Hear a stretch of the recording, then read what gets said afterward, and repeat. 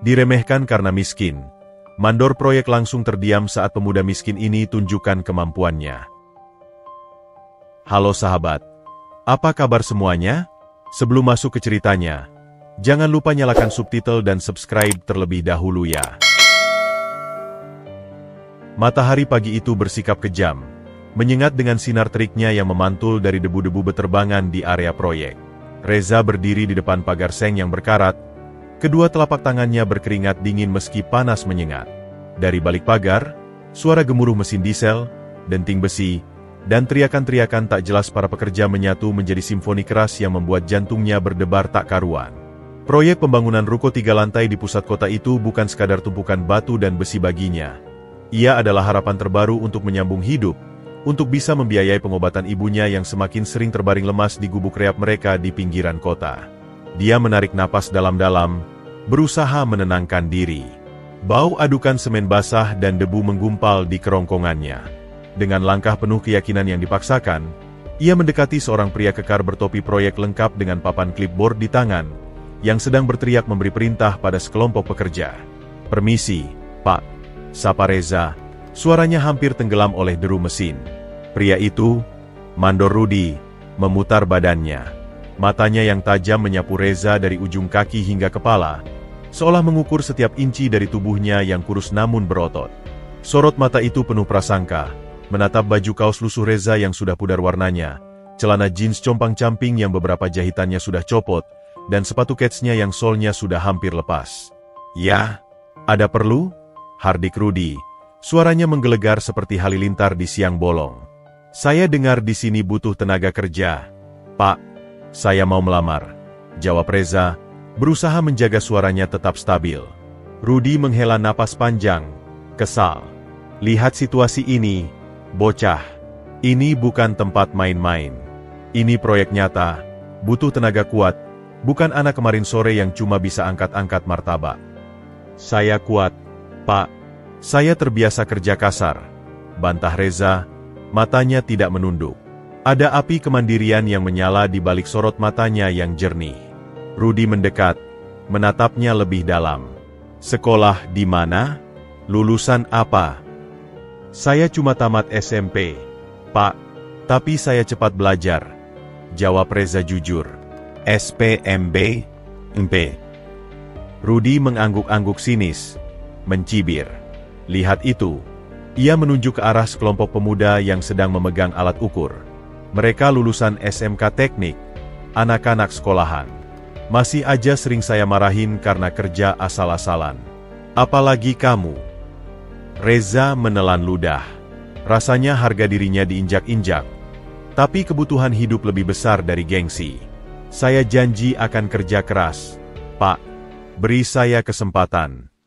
Rudi memandangnya lagi, lama.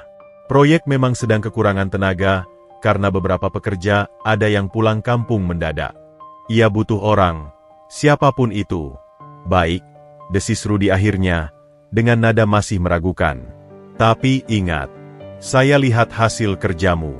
Kalau cuma bisa ngemis-ngemis belas kasihan, satu hari pun saya gak akan tahan. Lu kuat angkat berat, gak cengeng, gak manja." "Saya kuat, Pak. Saya biasa," jawab Reza mantap, meski hatinya masih berdebar. Ini baru pertarungan pertama. Ia diterima, bukan karena keahlian atau latar belakang pendidikannya, tapi semata-mata karena proyek ini sedang darurat dan Rudi butuh tenaga tambahan yang murah. Reza menyadari itu, tapi baginya, sebuah kesempatan, sekecil apapun, adalah pintu yang harus ditaklukkan. Ia mengangguk patuh, siap memasuki dunia keras yang akan menguji segala kemampuan dan kesabarannya. Perjalanan panjangnya dimulai dari sini, di bawah terik matahari yang menyengat, di antara debu dan suara bising yang memekakkan telinga. Hari pertama Reza bekerja terasa seperti memasuki medan perang yang penuh dengan musuh tak kasat mata. Debu dan terik matahari adalah tantangan alam yang harus dihadapi, namun yang lebih menusuk adalah tatapan sinis dan cemoohan yang datang dari sesama pekerja, terutama dari mereka yang merasa lebih berpendidikan. Pukul 7 pagi, Mandor Rudi dengan kasar menugaskan Reza pada tim cleaning dan material handling. "Reza, lu urus area samping kiri. Bersihin semua sisa-sisa besi dan semen yang berserakan. Jangan sampai ada yang nganggur. Ngerti? Hardiknya sebelum berpaling ke pekerja lain dengan nada yang berbeda. Reza mengangguk patuh, mengambil sekop dan karung untuk mulai bekerja.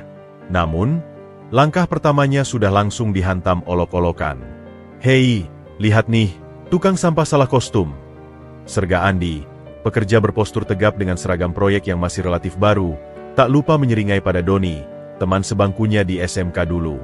"Masa depan proyek ini ada di pundak kita, anak-anak SMK, bukan di tangan kuli gembel seperti dia." Doni menyahut dengan tawa terkekek. "Iya nih, bro. Dia kayaknya lebih cocok jadi pemulung daripada jadi tukang bangunan. Lihat tuh sepatunya. Solnya sudah mau copot. Kasihan sekali, ya." Reza mencoba mengabaikan mereka, berkonsentrasi pada pekerjaannya. Tapi cacian itu terus mengalir seperti air bah. Reza kan?" Sapa Andi pura-pura ramah, mendekat dengan langkah congkak. "Sekolah di mana sih? Kok bisa diterima di sini? Jangan-jangan lu saudaraan sama si Mandor?" "Di sini butuh otak, bro, bukan cuma otot," timpal Doni sambil mengetuk kepalanya sendiri. "Kami ini lulusan SMK Teknik, udah belajar teori dan praktik. Lu mungkin cuma bisa nyontek patung orang lain." Reza berhenti sejenak, menatap Andi dan Doni dengan tenang. "Saya di sini untuk bekerja, bukan untuk berdebat tentang latar belakang pendidikan." "Wah, sok kalem nih." Andi makin menjadi. "Tapi ya, memang kerjaan lu cuma gini-gini doang.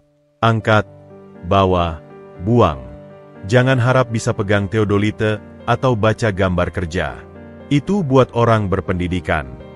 Sepanjang hari, Reza menjadi bulan-bulanan ejekan. Setiap kali ia melewati Andi dan kawan-kawannya, selalu ada komentar pedas yang dilontarkan. Saat ia mengangkat karung semen, "Awas, jangan jatuh, nanti kita yang disalahin." Saat ia membersihkan area kerja, kerjaannya cuma nyapu doang, gampang banget, ya.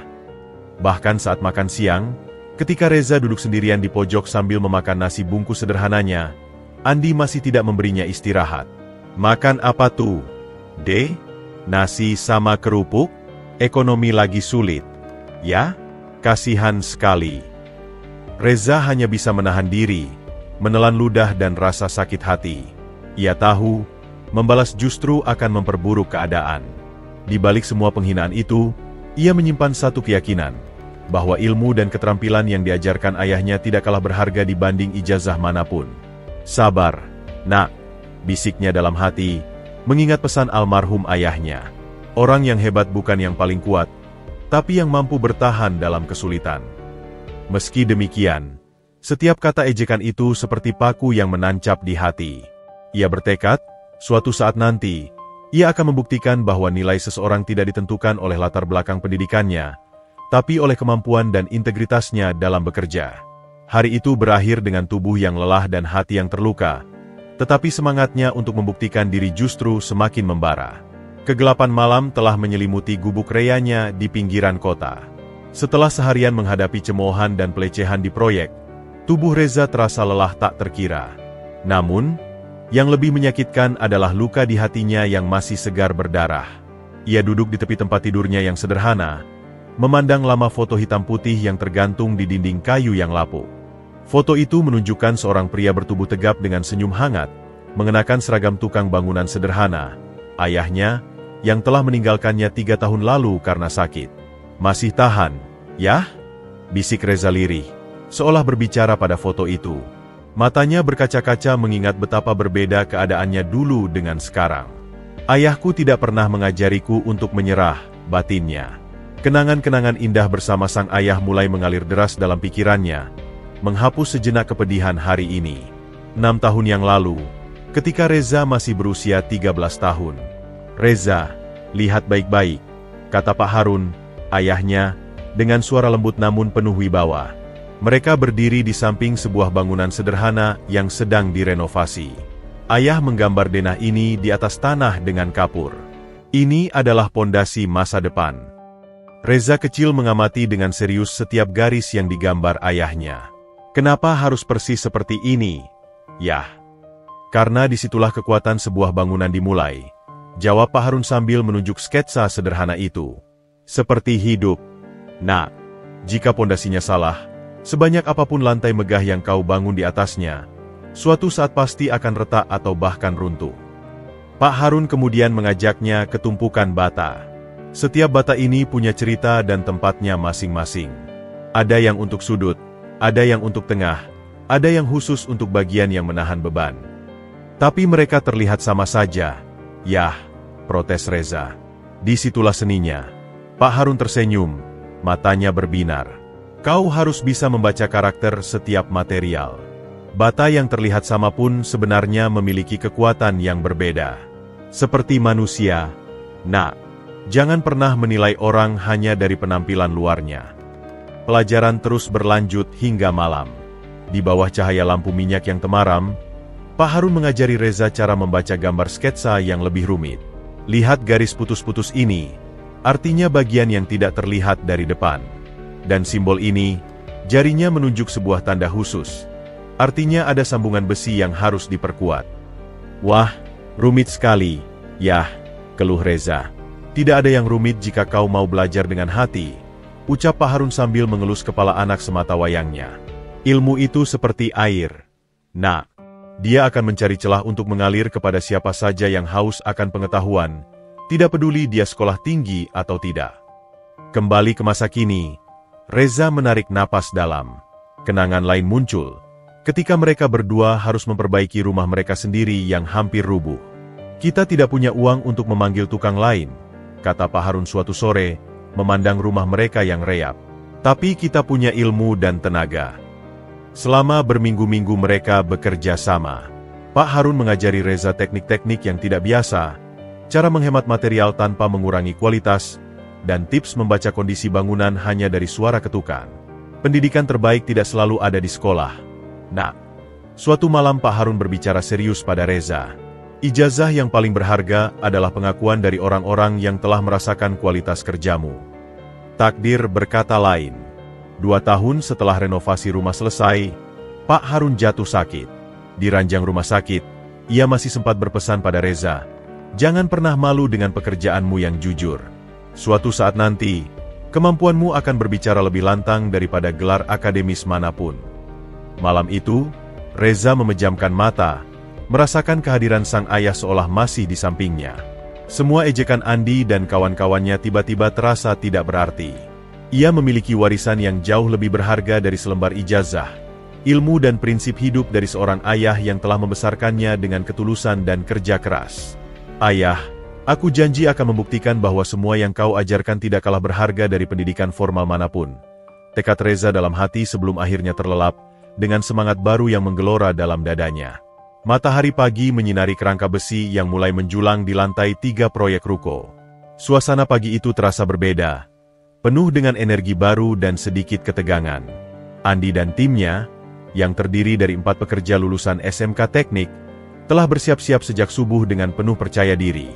Hari ini adalah hari di mana mereka akan memulai pemasangan kerangka besi utama untuk balok lantai 3, pekerjaan yang dianggap paling menantang dan membutuhkan keahlian teknis tinggi.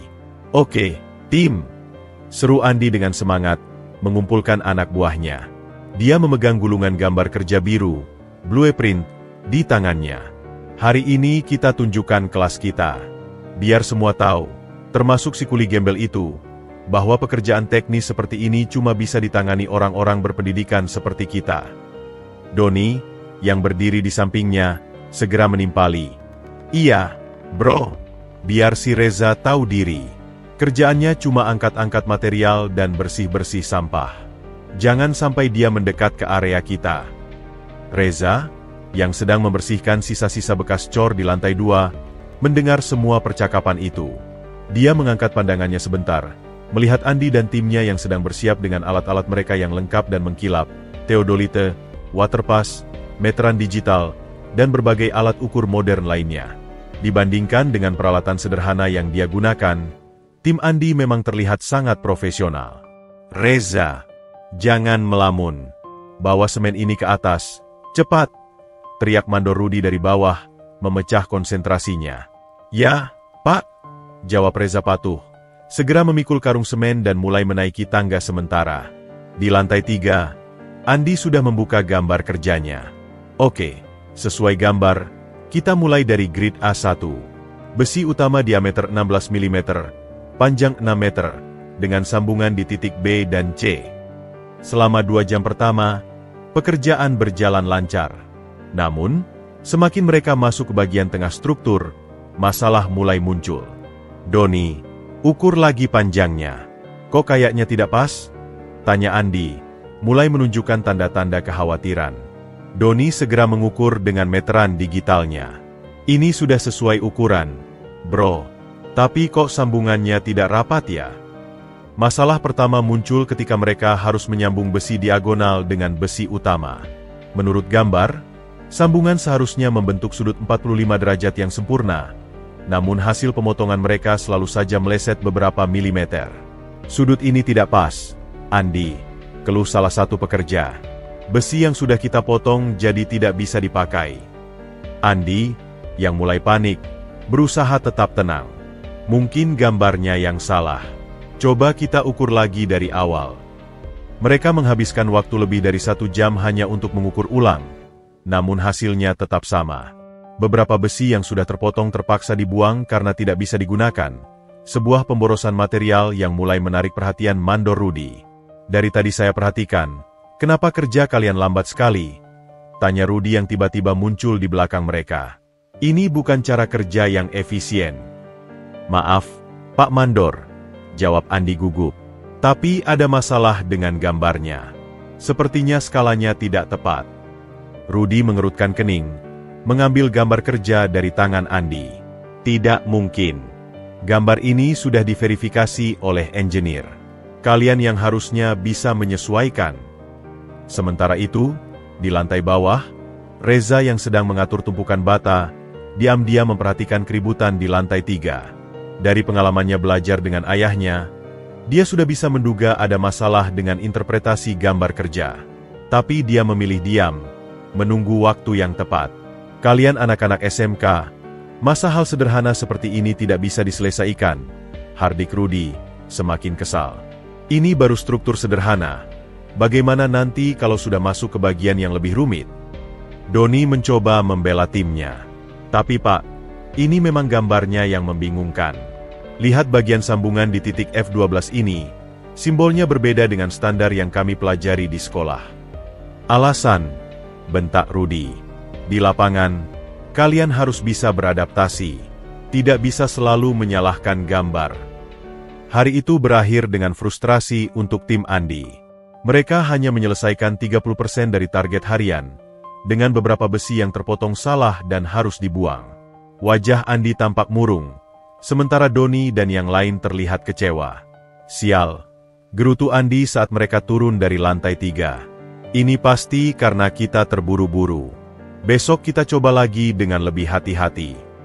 Dari kejauhan, Reza mengamati mereka dengan perasaan campur aduk. Dia tahu solusi untuk masalah mereka, tapi juga sadar bahwa menawarkan bantuan sekarang hanya akan membuat situasi semakin buruk.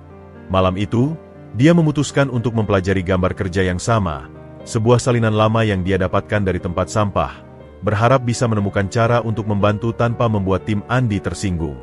Besok akan menjadi hari yang lebih menantang, bisik Reza pada dirinya sendiri, menyadari bahwa konflik di proyek ini baru saja dimulai. 3 hari telah berlalu sejak masalah pertama muncul, dan ketegangan di lantai 3 semakin memuncak. Andi dan timnya bekerja bajo tekanan berat, dengan Mandor Rudy yang kini hampir tidak pernah meninggalkan sisi mereka, mengawasi setiap gerak-gerik dengan sorot mata yang semakin hari semakin tidak sabar. Sudah seminggu kita stuck di bagian yang sama, gerutu Rudy pada pagi hari keempat, tangannya menunjuk ke kerangka besi yang masih belum rampung. Kontraktor utama sudah telepon 3 kali tadi pagi, menanyakan progres. Apa kalian tidak sadar kita sudah tertinggal jadwal? Andi, dengan lingkaran hitam di bawah mata akibat kurang tidur, mencoba tetap tenang. Kami sedang usahakan yang terbaik, Pak. Masalahnya di sini. Jarinya menunjuk sebuah bagian rumit di gambar kerja. Simbol untuk sambungan khusus ini tidak jelas. Kami sudah coba konsultasi dengan teman yang kerja di proyek lain. Tapi apa? Sergah Rudy, memotongnya. Kalian anak SMK, masa harus konsultasi dengan orang lain untuk baca gambar sederhana? Doni yang berdiri di samping mencoba menjelaskan, ini bukan gambar sederhana, Pak. Lihat bagian sambungan ekspansi di titik G7 ini. Saya tidak peduli, bentak Rudi, wajahnya memerah. Yang saya pedulikan adalah besi-besi ini harus terpasang sebelum jam makan siang, atau kalian semua bisa cari kerja di tempat lain. Tekanan yang semakin besar membuat tim Andi bekerja dengan terburu-buru. Ketelitian yang seharusnya menjadi prioritas kini tergantikan oleh keinginan untuk menyelesaikan pekerjaan secepat mungkin. Oke, kita ambil risiko, bisik Andi pada Doni saat Rudi pergi sebentar. Kita potong sesuai perkiraan kita saja. Yang penting bisa lanjut. Tapi Andi, itu berbahaya, bantah Doni dengan suara rendah. Kalau salah perhitungan, kita tidak punya pilihan, desis Andi. Kau dengar sendiri, kita bisa dipecat kalau tidak selesai hari ini. Keputusan terburu-buru itu akhirnya diambil. Mereka memotong besi utama dengan ukuran yang menurut perhitungan cepat mereka sudah tepat, tanpa verifikasi ulang yang memadai. Pukul 10.45 pagi, bencana yang ditakutkan terjadi. Saat mereka mencoba memasang balok besi utama sepanjang 8 meter di posisi tertinggi, tiba-tiba terdengar suara gemeretak yang mengerikan. Awas, bajaunya, teriak salah satu pekerja. Dengan suara berdebum yang memekakan, seluruh struktur sementara untuk pengecoran bergeser hampir 30 cm dari posisi seharusnya. Besi-besi yang sudah terpasang berderak-derak, beberapa baut bahkan terlepas dan jatuh ke lantai bawah dengan suara keras. Semua turun. Cepat, teriak Rudi histeris dari bawah. Kekacauan pun terjadi. Para pekerja berhamburan turun dari lantai 3 dengan wajah pucat ketakutan. Andi berdiri terpaku, wajahnya putih seperti kertas, tangan gemetar memegang alatnya. Tidak mungkin. Gumamnya, tidak percaya dengan apa yang baru saja terjadi. Reza, yang sedang memindahkan pasir di lantai dasar, langsung melemparkan skopnya dan berlari ke arah suara keributan. Matanya cepat menganalisis situasi. Struktur belum runtuh sepenuhnya, tapi dalam kondisi sangat kritis. Jangan ada yang dekat, teriak Rudi, menahan semua pekerja yang ingin melihat. Bahaya masih bisa runtuh kapan saja. Dia memutar badan. Wajahnya berubah dari ketakutan menjadi kemarahan tak terbendung. Andi, apa yang terjadi? Andi turun dengan wajah hancur. Tubuhnya masih gemetar. Maaf, Pak, kami kira. Kira-kira. Rudi berteriak, hampir kehilangan kendali. Ini bukan tempat bermain tebak-tebakan. Nyawa orang taruhannya di sini. Dia menunjuk ke struktur yang hampir roboh. Suaranya gemetar antara marah dan takut. Lihat hasil kerja kalian. Hampir saja kita semua mati di sini. Reza, yang diam-diam sudah memperhatikan penyebab masalahnya, tidak bisa tinggal diam lagi. Pak Mandor, ucapnya dengan suara tenang namun tegas. Apalagi, Reza? Hardik Rudi tanpa menoleh. Ini bukan waktunya untuk. Strukturnya masih bisa diselamatkan. Potong Reza, tetap tenang. Tapi kita harus bertindak cepat sebelum ada getaran lagi. Semua orang terdiam, memandang Reza dengan heran. Bahkan Andi pun meliriknya dengan ekspresi tak percaya. Rudi akhirnya menoleh. Wajahnya masih merah padam. Apa yang kau tahu? Kau cuma tukang bersih-bersih. Besi utama di titik G7 terpasang dengan sudut yang salah. Jelas Reza tanpa ragu. Dan sambungan ekspansi di H4 tidak dikunci dengan benar. Itu yang menyebabkan seluruh struktur bergeser. Dia mengambil sebatang besi panjang dari tanah, mulai menggambar diagram sederhana di tanah berdebu. Masalahnya ada di interpretasi simbol ini. Katanya menunjuk arah gambar kerja yang masih tergenggam di tangan Andi. Ini bukan simbol sambungan biasa. Ini simbol untuk sambungan fleksibel yang membutuhkan ruang ekspansi lebih besar. Semua pekerja, termasuk Rudi, mendekat untuk melihat apa yang digambar Reza. Dengan sederhana namun jelas, Reza menunjukkan di mana letak kesalahan perhitungan tim Andi.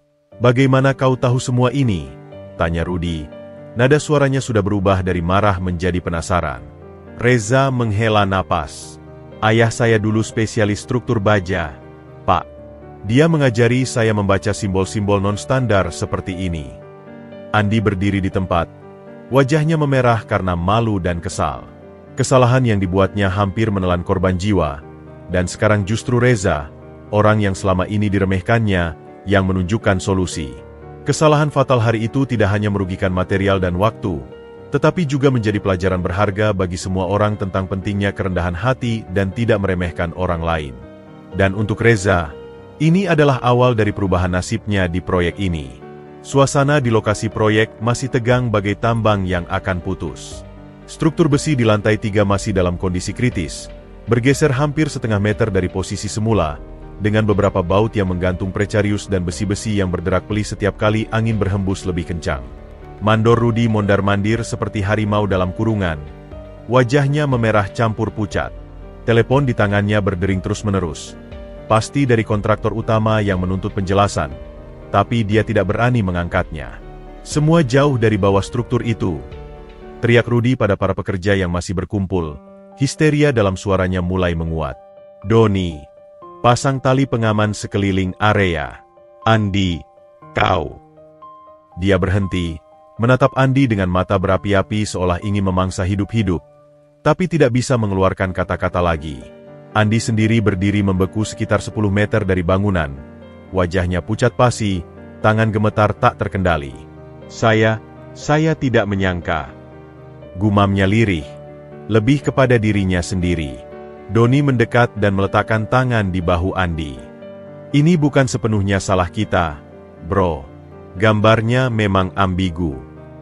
Jangan cari-cari alasan lagi, raung Rudi yang mendengar pembelaan Doni. Kalian hampir membunuh orang hari ini. Di tengah kepanikan kolektif itu, Reza masih berdiri di dekat gambar kerjanya yang tergambar di tanah. Matanya tajam, menganalisis setiap detail struktur yang hampir roboh.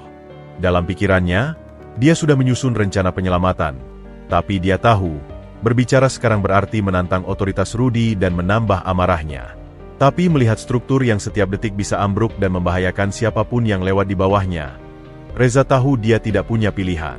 Dia menarik napas dalam-dalam, mengumpulkan seluruh keberanian yang dimilikinya.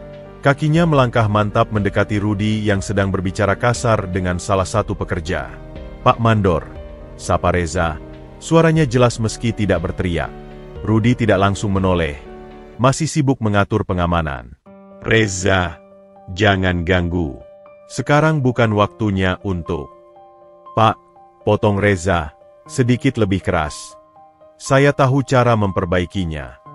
Kali ini Rudi berhenti, memutar badan dengan gerakan kasar. Wajahnya masih merah, napasnya tersengal-sengal. Apa kau tidak dengar? Kita hampir saja runtuh. Orang bisa mati. Dan kau mau bermain-main di sini. Sekitar 10 pekerja yang mendengar percakapan itu mulai mendekat, penasaran. Andi pun melirik dengan ekspresi campur aduk, antara harapan dan kecemburuan. Saya tidak bermain-main, Pak. Jawab Reza tetap tenang, meski jantungnya berdebar kencang. Strukturnya masih bisa diselamatkan. Tapi kita harus bertindak dalam 30 menit ke depan sebelum angin pagi semakin kencang. Rudi tertawa getir, menggelengkan kepala. Kau, seorang tukang bersih-bersih? Mau memperbaiki kesalahan anak-anak SMK? Jangan bercanda, Reza. Tapi Reza tidak mundur. Matanya tetap menatap lurus ke mata Rudi. Bapak ingat kemarin saya bilang ayah saya spesialis struktur baja? Masalah yang terjadi persis seperti kasus yang pernah ayah ajarkan pada saya. Ini kesalahan interpretasi simbol sambungan ekspansi. Dia menunjuk ke arah struktur yang miring. Lihat besi diagonal di sektor GH itu bukan sambungan kaku, tapi sambungan fleksibel. Tim Andi menguncinya terlalu rapat, tidak memberi ruang untuk ekspansi, sehingga ketika temperatur naik, besi memuai dan mendorong seluruh struktur. Rudi terdiam sejenak, mempertimbangkan. Dia melihat keyakinan di mata Reza, beda dengan ketakutan dan ketidakpastian yang dia lihat di mata Andi dan timnya. Dan kau yakin bisa memperbaikinya? Tanya Rudi, nada suaranya mulai melunak. Yakin, Pak, jawab Reza mantap. Tapi butuh 3 orang untuk membantu. dan kita harus bekerja cepat. Andi, Doni, kemari sini, panggil Rudy tiba-tiba. Kedua pemuda itu mendekat dengan langkah tertatih-tatih, malu dan takut. Kalian akan bekerja di bawah perintah Reza, perintah Rudy. Lakukan apapun yang dia suruh. Kalau tidak, kalian berdua saya pecat hari ini juga. Andi membuka mulut seakan ingin protes, tapi melihat wajah Rudy yang masih penuh amarah, dia memilih untuk mengangguk patuh. Reza mengambil alih kepemimpinan dengan tenang namun tegas. Kita butuh 2 hydraulic jack, tali pengaman, dan kunci Inggris besar. Doni, kau ambil peralatan itu. Andi, kau bantu saya hitung ulang sudut yang dibutuhkan. Dalam hati, Reza tahu ini adalah titik balik. Bisa saja dia menolak membantu dan membiarkan Andi menanggung akibat kesalahannya. Tapi itu bukan cara ayahnya mendidiknya. Orang yang benar-benar kuat, kata ayahnya suatu kali, bukan yang bisa menjatuhkan orang lain, tapi yang bisa mengangkat mereka yang terjatuh.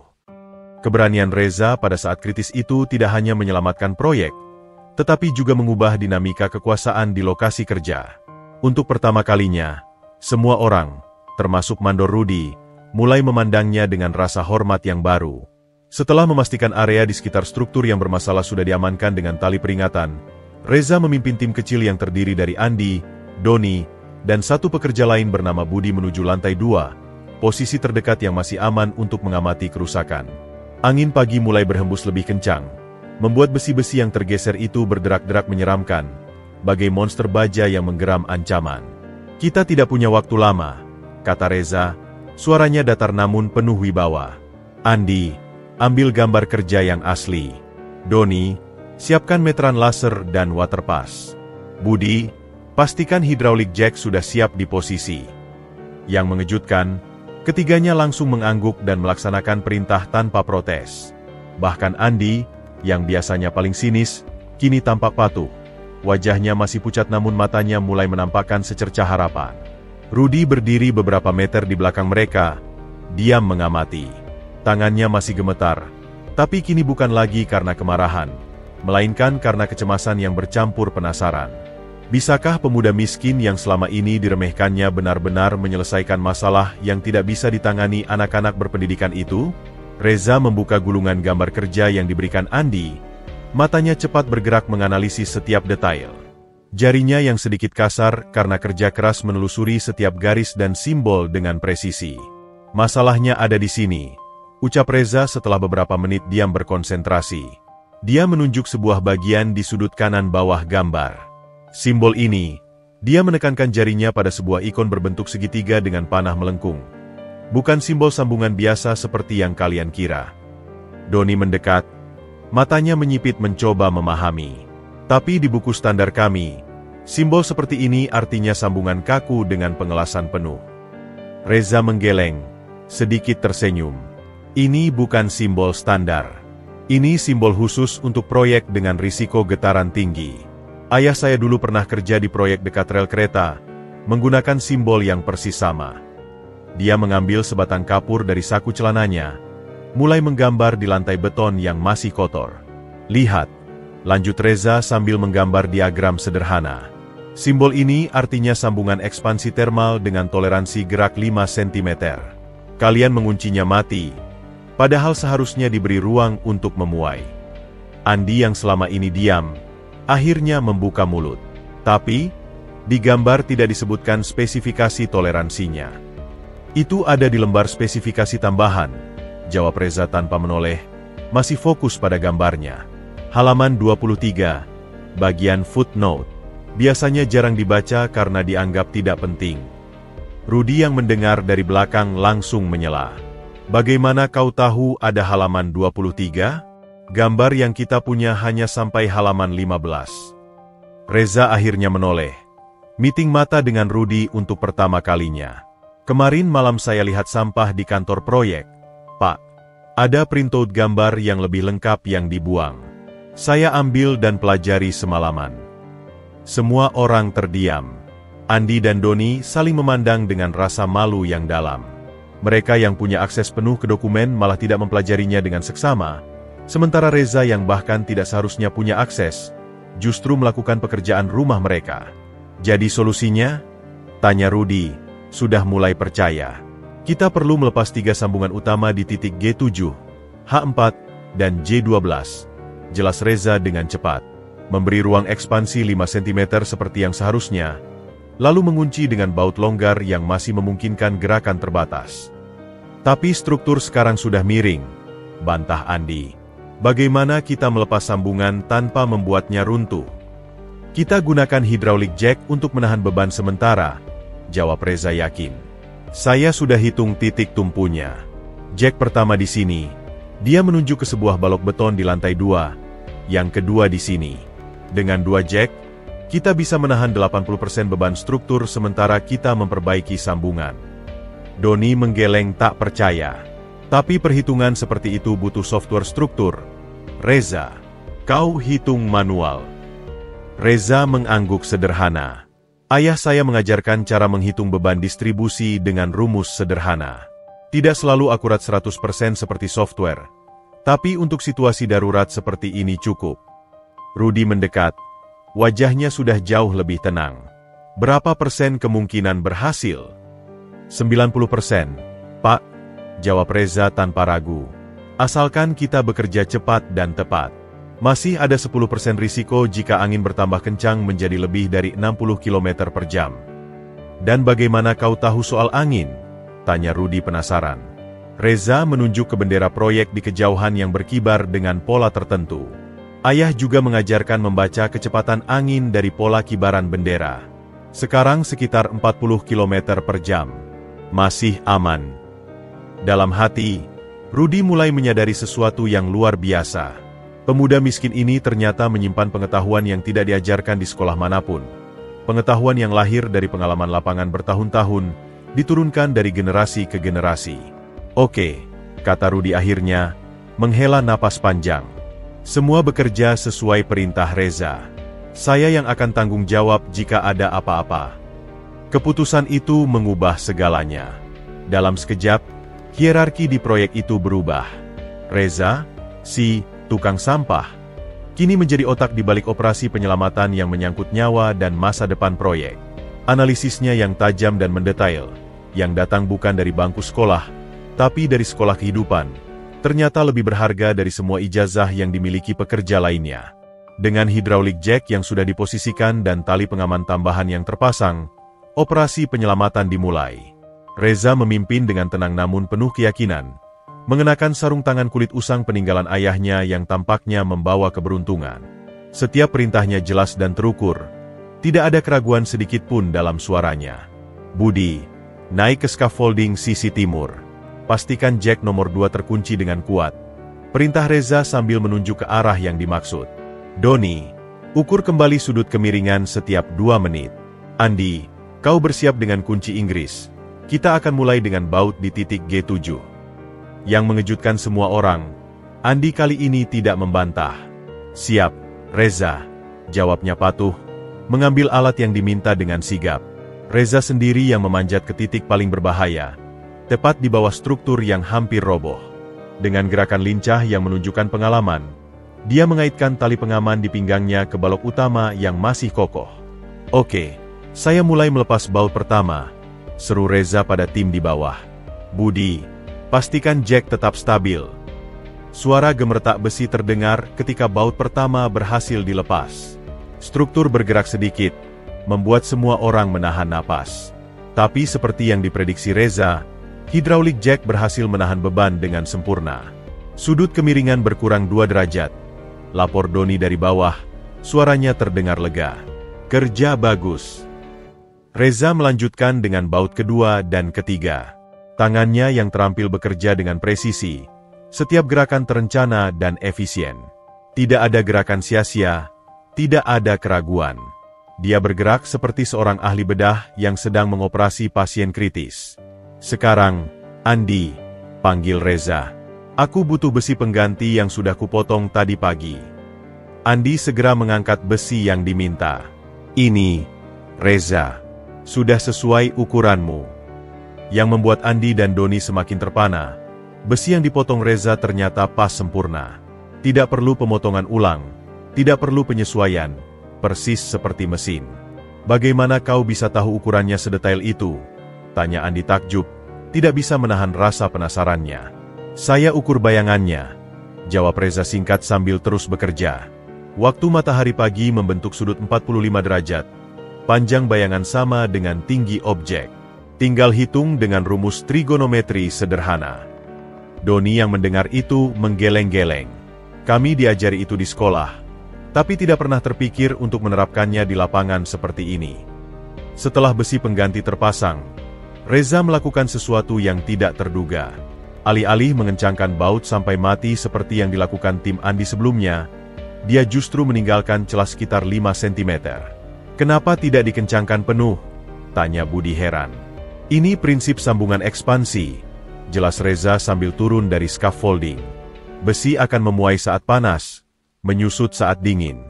Dengan memberi celah, kita memberi ruang untuk pergerakan alaminya. Dia kemudian memimpin tim untuk memperbaiki 2 titik masalah lainnya. Setiap langkahnya metodis, setiap keputusannya tepat. Dalam waktu kurang dari 2 jam, setengah dari perkiraan Rudi, seluruh struktur yang hampir roboh sudah berhasil distabilkan. Sudut kemiringan 0 derajat, seru Doni gembira. Strukturnya sudah lurus sempurna. Bahkan Rudi yang selama ini bersikap skeptis tidak bisa menyembunyikan kekagumannya. Saya tidak percaya, gumamnya, mendekati struktur yang kini sudah tegak kokoh. Kau menyelamatkan proyek ini, Reza. Tapi Reza belum selesai. Kita masih perlu modifikasi kecil di sini, katanya menunjuk ke beberapa titik lain. Beberapa sambungan di area ini juga rawan masalah yang sama. Saya usulkan kita beri ruang ekspansi sebelum melanjutkan pekerjaan. Dengan penuh percaya diri, Reza kemudian membuat serangkaian modifikasi pada desain sambungan. Modifikasi yang tidak hanya memperbaiki masalah saat ini, tetapi juga mencegah masalah serupa di masa depan. Dia menunjukkan cara membuat sambungan yang lebih efisien, menghemat material tanpa mengurangi kekuatan struktur. Teknik ini diajarkan ayah saya dari pengalaman puluhan tahun, kata Reza ketika Andi bertanya tentang modifikasinya. Terkadang yang kita butuhkan bukan hanya mengikuti gambar, tapi memahami filosofi di balik setiap desain. Ketika insinyur dari kontraktor utama, Pak Agus, datang untuk memeriksa kerusakan, dia justru menemukan struktur yang tidak hanya sudah diperbaiki, tetapi juga ditingkatkan kualitasnya. Siapa yang melakukan modifikasi ini? Tanya Pak Agus. Wajahnya berbinar-binar. Ini brilian. Lebih baik dari desain awal. Semua orang menunjuk ke Reza. Pemuda yang sempat dijuluki tukang sampah, itu kini berdiri dengan bangga. Wajahnya berkeringat tetapi matanya berbinar puas. Bukti nyata telah berbicara lebih lantang dari segala gelar dan ijazah. Di depan mata semua orang, Reza tidak hanya menyelamatkan proyek, tetapi juga membuktikan bahwa ilmu sejati datang tidak hanya dari bangku sekolah, tetapi juga dari pengalaman, ketekunan, dan warisan pengetahuan yang dihargai dengan benar. Kabar tentang insiden nyaris runtuh dan penyelamatan spektakuler oleh Reza menyebar bagai kebakaran jagung di seluruh area proyek. Hanya 30 menit setelah struktur berhasil distabilkan, sebuah mobil Toyota Fortuner hitam berhenti di depan gerbang proyek. Keluarlah seorang pria parubaya berkacamata dengan kemeja putih necis dan celana kain bahan. Pak Agus, insinyur utama dari kontraktor pelaksana. Wajahnya tampak berkerut khawatir saat melangkah cepat menuju lokasi kejadian. Tas laptop tergenggam erat di tangannya. Mandor Rudi yang melihat kedatangannya langsung bergegas menyambut. Wajahnya campur aduk antara lega dan cemas. Pak Agus, maafkan kami hampir. Rudi mulai berbicara terbata-bata. Di mana strukturnya? Saya lihat dulu. Potong Pak Agus singkat, nada suaranya tegang. Rudi membimbingnya ke bawah lantai 3, tempat struktur yang sempat miring kini sudah berdiri tegak. Yang membuat Pak Agus terkejut, tidak hanya struktur sudah diperbaiki, tetapi area sekitarnya sudah bersih dari bekas-bekas kekacauan, seolah tidak pernah terjadi insiden berbahaya. Siapa yang? Pak Agus tidak menyelesaikan kalimatnya. Matanya yang berpengalaman langsung menangkap modifikasi-modifikasi kecil yang dilakukan pada sambungan-sambungan besi. Dia mendekat, memeriksa dengan cermat sambungan ekspansi yang dibuat Reza. Jari-jarinya yang bersih menyentuh besi yang sudah dipasang, mengukur celah dengan mata telanjang, lalu mengeluarkan alat ukur digital dari saku untuk memverifikasi. Ini luar biasa, gumam Pak Agus pelan. Sambungan ekspansinya justru lebih baik dari spesifikasi desain awal. Siapa yang melakukan ini? Rudi menarik napas dalam. Salah satu pekerja kami, Pak. Namanya Reza. Pekerja? Yang mana? Bawa kemari. Pinta Pak Agus sambil masih memeriksa detail sambungan lainnya. Rudi memanggil Reza yang sedang membantu membersihkan peralatan. Reza mendekat dengan langkah tenang. Wajahnya masih berkeringat dan bajunya belekan, tapi matanya penuh keyakinan. Ini dia, Pak. Reza, kata Rudi. Pak Agus memandang Reza dari ujung kepala sampai kaki. Ekspresinya tidak percaya. Kau yang melakukan perbaikan ini? Iya, Pak. Jawab Reza sederhana. Dan modifikasi sambungan ekspansi ini? Ide siapa? Ide saya, Pak. Berdasarkan pengalaman ayah saya dulu. Pak Agus mengeluarkan tabletnya, membuka gambar kerja asli. Jelaskan padaku alasan modifikasinya. Kenapa kau ubah sistem sambungan di titik G7 dari rigid joint menjadi expansion joint? Reza mendekat, dengan percaya diri menunjuk ke gambar digital.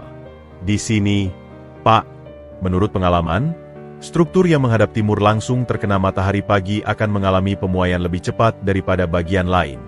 Jika semua sambungan dikunci mati, tekanan termal akan terakumulasi di titik terlemah, yang dalam kasus ini adalah sambungan di H4. Pak Agus mengangguk-angguk. Wajahnya mulai menunjukkan kekaguman. Lanjutkan. Daripada memperkuat sambungan H4 yang akan menambah biaya, lebih baik kita beri ruang untuk pemuaian di G7. Dengan demikian, tekanan termal akan terdistribusi secara alami tanpa menimbulkan stres berlebihan di titik manapun. Bagaimana dengan perhitungan kekuatannya? Modifikasi seperti ini biasanya mengurangi kekuatan struktur. Tanya Pak Agus, menguji. Justru sebaliknya, Pak, jawab Reza dengan antusias. Dengan mengurangi stres termal, umur struktur justru lebih panjang. Saya sudah hitung, dengan modifikasi ini, beban kerja struktur justru meningkat 15% karena distribusi beban yang lebih merata. Pak Agus terdiam sejenak, memproses penjelasan Reza. Kemudian dia menoleh pada Rudi. Di mana latar belakang pendidikan pemuda ini? Rudi sedikit gugup. Dia cuma lulusan SMP, Pak. SPMP. Pak Agus mengangkat alis. Tidak percaya. Tidak mungkin. Penjelasannya sangat teknis dan analitis. Bahkan lulusan D3 belum tentu bisa berpikir sejauh ini. Dia kembali menatap Reza. Dari mana kau belajar mekanika material dan teori distribusi beban? Dari ayah saya, Pak. Dia dulu bekerja di proyek-proyek besar selama 30 tahun. Semua yang saya tahu adalah warisan darinya. Jawab Reza sopan. Pak Agus menghela napas panjang, mengangguk-angguk pelan. Sometimes, pengalaman lapangan memang lebih berharga dari teori di kelas. Dia menatap Reza dengan penuh respek. Ada yang lain yang kau modifikasi? Reza kemudian memandu Pak Agus berkeliling, menunjukkan beberapa modifikasi kecil lainnya yang meningkatkan efisiensi dan kekuatan struktur. Setiap penjelasannya disertai dengan alasan teknis yang masuk akal dan perhitungan sederhana namun akurat. Setelah puas memeriksa, Pak Agus menepuk bahu Reza. Pekerjaan yang luar biasa. Tidak hanya menyelamatkan proyek dari bencana, tetapi juga meningkatkan kualitasnya. Kemudian dia menoleh ke Rudi. Besok, saya akan kirim surat resmi. Reza diangkat sebagai asisten mandor, dengan tanggung jawab khusus untuk quality control. Gajinya menyesuaikan posisi baru. Rudi mengangguk cepat. Siap, Pak Agus. Tapi Reza menyela dengan sopan. Maaf, Pak, boleh saya usulkan sesuatu? Silakan, kata Pak Agus. Daripada saya jadi asisten mandor, lebih baik saya tetap di lapangan tapi dengan wewenang untuk mengawasi aspek teknis. Dan, mungkin Andi dan timnya bisa bekerja sama dengan saya. Mereka punya dasar teori yang kuat. Saya punya pengalaman praktis. Jika kita gabungkan, hasilnya akan lebih baik. Pak Agus tersenyum lebar. Ide bagus. Rudi, atur saja. Reza sebagai technical supervisor, dengan wewenang setara asisten mandor tapi fokus di quality control dan problem solving. Pengakuan dari atas itu tidak hanya mengubah status Reza secara resmi, tetapi juga menjadi bukti nyata bahwa kemampuan dan integritas berbicara lebih lantang daripada gelar akademis. Saat Pak Agus pergi, semua pekerja, termasuk Andi dan Doni, memberikan aplaus spontan untuk Reza. Hari itu, sebuah legenda baru lahir di proyek tersebut. Pengumuman resmi dari kantor kontraktor utama datang lebih cepat dari perkiraan. Esok harinya, sebuah memo berlogo perusahaan tertempel di papan pengumuman proyek, ditandatangani langsung oleh Pak Agus sendiri. Isinya singkat namun jelas. Dengan ini menetapkan Reza sebagai technical supervisor dengan wewenang setara asisten mandor, bertanggung jawab atas quality control dan problem solving teknis di lapangan. Gaji disesuaikan dengan posisi baru. Matahari pagi seolah bersinar lebih terang untuk Reza. Tapi di balik sinar kejayaan, awan kecemburuan mulai mengumpul. Pukul 7.30, ruang makan pekerja. Reza sedang duduk menikmati sarapan paginya, masih dengan nasi bungkus sederhana yang sama, ketika Rudi mendekatinya dengan segelas kopi tambahan. "Ini untukmu," kata Rudi meletakkan gelas di depan Reza. "Selamat atas promosinya." "Terima kasih, Pak Rudi," jawab Reza sopan. "Gajimu sudah disesuaikan. Mulai bulan ini, kamu terima 5 juta sebulan, plus tunjangan makan." Angka itu membuat Reza hampir tersedak. Dari 100.000 sehari menjadi 5 juta sebulan, lonjakan yang tidak pernah dia bayangkan. Di sudut lain ruangan, Andi dan Doni mengamati dengan wajah masam. "Dengar itu?" bisik Andi dengan nada getir. 5 juta. Kita yang lulusan SMK cuma dapat 3,5 juta. Doni menggeleng. "Tapi memang dia layak, N. Kalau bukan karena dia, kita mungkin sudah dipecat, atau lebih parah lagi." "Jangan bilang begitu," sergah Andi. "Itu hanya kebetulan saja. Dia kebetulan ingat pelajaran ayahnya. Kita kan juga bisa belajar." Tapi dalam hati, Andi tahu itu bukan kebetulan. Keahlian yang ditunjukkan Reza datang dari pengalaman bertahun-tahun, bukan sekedar ingatan sesaat. Pukul 9, lapangan proyek. Reza memulai hari pertamanya sebagai technical supervisor dengan memeriksa seluruh area proyek. Dia membawa clipboard baru dan alat ukur yang lebih lengkap. Beberapa pekerja senior yang dulu ikut meremehkannya, kini memberi salam dengan hormat. "Selamat pagi, Pak Reza," sapa salah satu pekerja tua. Reza tersenyum. "Panggil Reza saja, Pak." Seperti biasa. Tapi sikap ramah Reza justru membuat Andi semakin tersinggung. Di matanya, Reza kini sok berwibawa. "Sombong sekali," gerutu Andi pada Doni saat mereka melihat Reza sedang memeriksa pekerjaan mereka. "Dia pikir dia siapa? Kemarin masih tukang bersih-bersih. Hari ini sudah acting seperti engineer." "Tapi lihat, dia memang teliti," bantah Doni. "Tadi dia kasih tahu kita tentang kesalahan kecil di sambungan kita yang bisa berakibat besar nantinya." "Ah, kau terlalu takut padanya sekarang," tuduh Andi. Konflik mulai muncul ketika Reza meminta revisi pada pekerjaan tim Andi.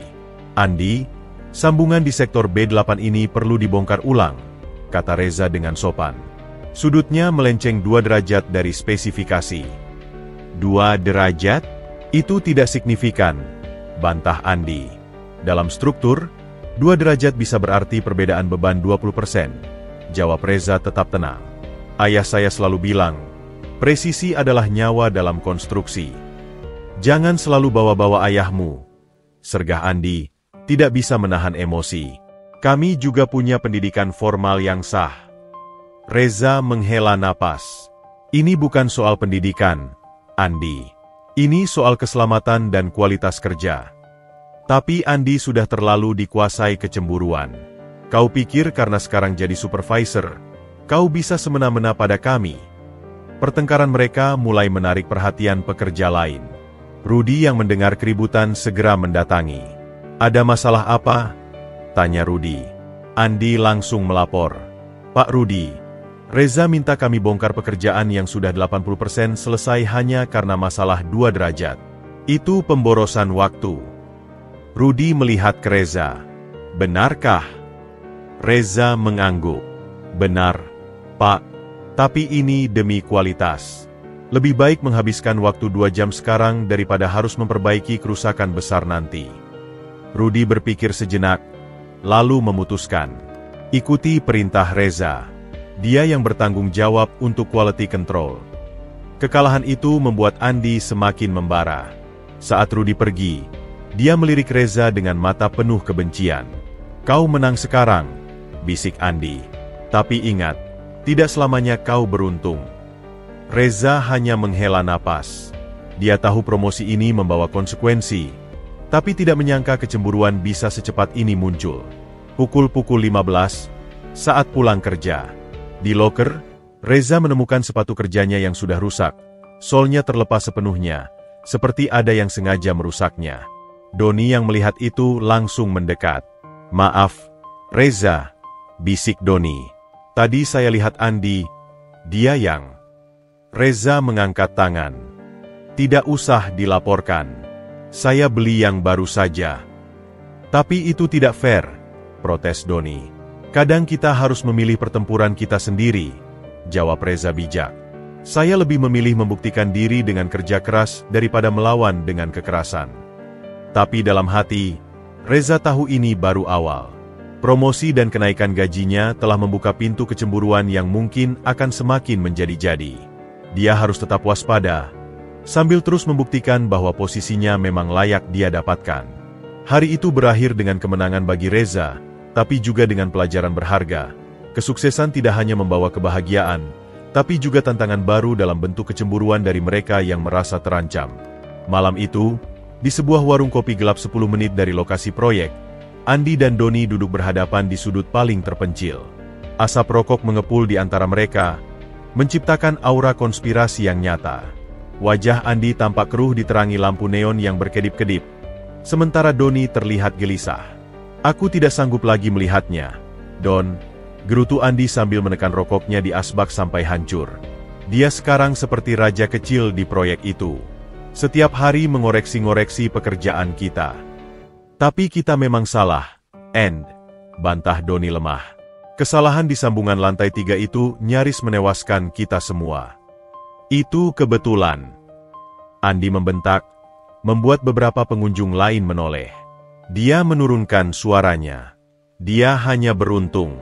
Sekarang Rudy dan Pak Agus seperti dewa-dewa yang memujanya. Doni menghela napas, menatap kopinya yang sudah dingin. Apa rencanamu? Kita tidak bisa main kasar. Itu terlalu berisiko. Andi menyeringai. Matanya berbinar dengan ide licik. Kita tidak perlu main kasar. Kita cukup membuatnya kehilangan kepercayaan dari atasan. Doni menatapnya curiga. Bagaimana maksudmu? Pertama, Andi mulai menjelaskan dengan suara berbisik. Kita manipulasi laporan material. Setiap hari ada sisa potongan besi dan semen yang tidak terpakai. Kita sembunyikan sedikit-sedikit, lalu kita catat seolah-olah Reza yang mengambilnya untuk dijual. Doni membuka mata lebar. Tapi itu pencurian. Ini bukan pencuri. Ini hanya memanipulasi persepsi, balas Andi licik. Kita tidak mengambil uang, hanya membuatnya terlihat seperti Reza yang tidak jujur. Lalu? Tanya Doni, masih ragu.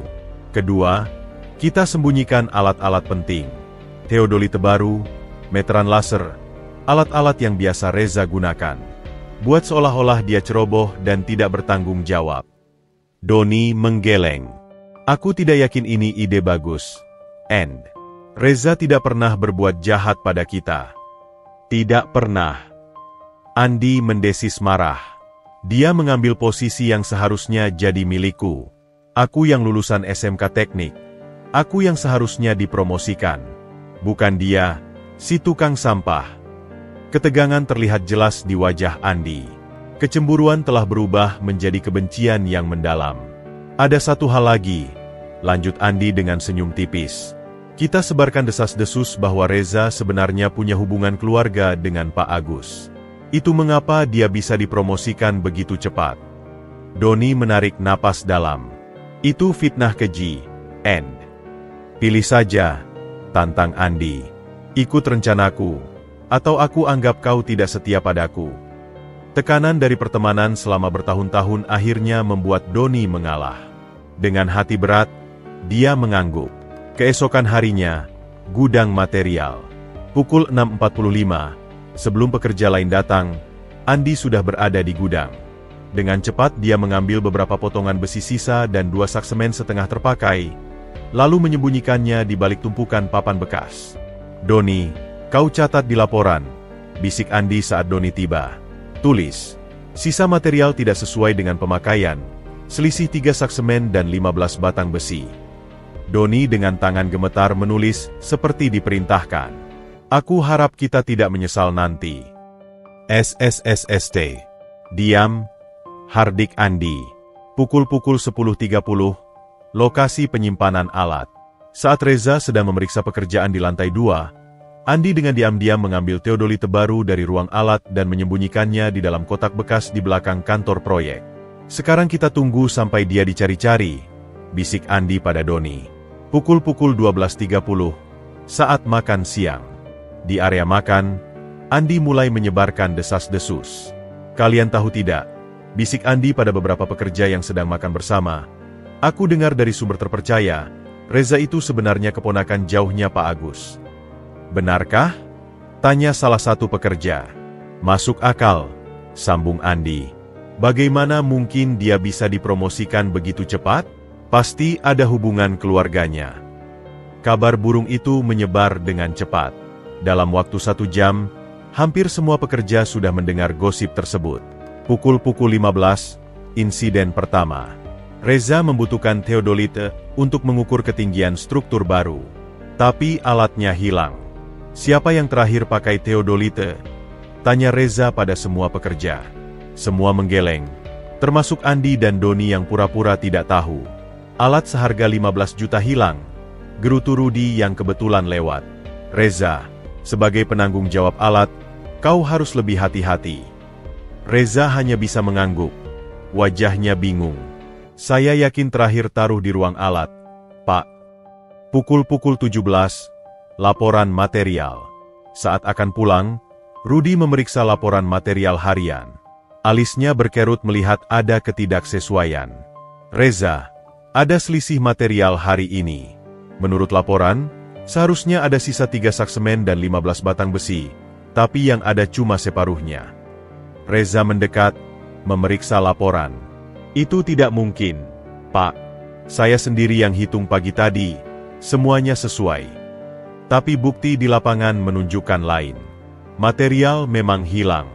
Andi yang berdiri di samping menyembunyikan senyum kecil. Rencananya mulai bekerja. Malam itu, Reza pulang dengan perasaan berat. Hari pertamanya sebagai supervisor diwarnai dengan masalah-masalah aneh yang tidak bisa dia jelaskan. Dia merasa ada yang tidak beres, tapi tidak bisa menunjuk siapa pelakunya. Sementara itu, di kos-kosan Andi, 2 sahabat itu sedang merayakan keberhasilan kecil mereka. "Lihat wajahnya tadi," kata Andi sambil tertawa. "Dia bingung sekali tidak bisa menemukan teodolite." "Tapi aku merasa bersalah," keluh Doni. "Reza tidak pantas diperlakukan seperti ini." "Bersalah?" Andi menatapnya sinis. "Ingat, dalam pertarungan, yang menang adalah yang paling licik. Besok kita lanjutkan rencana tahap kedua." Konspirasi gelap telah dimulai. Jaring-jaring kebohongan mulai ditenun, dan Reza yang tidak sadar sedang terjebak di dalamnya. Pertarungan tidak lagi terjadi di lapangan proyek, tetapi dalam bayang-bayang intrik dan konspirasi. Seminggu telah berlalu sejak konspirasi Andi dan Doni dimulai. Suasana di proyek berubah semakin keruh. Hilangnya material kecil-kecilan terus berlanjut, diselingi dengan hilangnya alat-alat kerja penting yang tiba-tiba muncul kembali di tempat lain setelah menyebabkan keterlambatan kerja. Bisik-bisik miring tentang hubungan keluarga Reza dengan Pak Agus juga semakin menjadi-jadi, meski tidak ada yang berani mengatakannya langsung di depan Reza. Senin pagi, kantor sementara proyek. Pukul 7.30, Reza dipanggil masuk ke dalam kantor sementara oleh Mandor Rudi. Wajah Rudi tampak serius, bahkan cenderung masam. Di mejanya terbuka beberapa laporan material dan sebuah buku catatan keuangan. "Tutup pintunya," perintah Rudi singkat. Reza menutup pintu kayu sederhana itu, lalu duduk di kursi di seberang meja Rudi. Hatinya berdebar-debar, mencium sesuatu yang tidak beres. Reza, sudah 3 kali dalam seminggu ini ada ketidaksesuaian laporan material. Mulai Rudi, menatapnya tajam. Selalu ada selisih, meski kecil. Semen, besi, bahkan paku pun ada yang hilang. Reza menghela napas.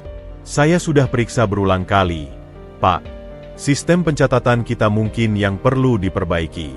Atau mungkin ada yang salah hitung. Salah hitung? Sela Rudi, suaranya mulai meninggi. Laporan dari Andi dan timnya selalu detail dan rapi. Mereka yang mencatat pemakaian harian, dan selalu ada selisih antara yang tercatat dengan sisa di gudang.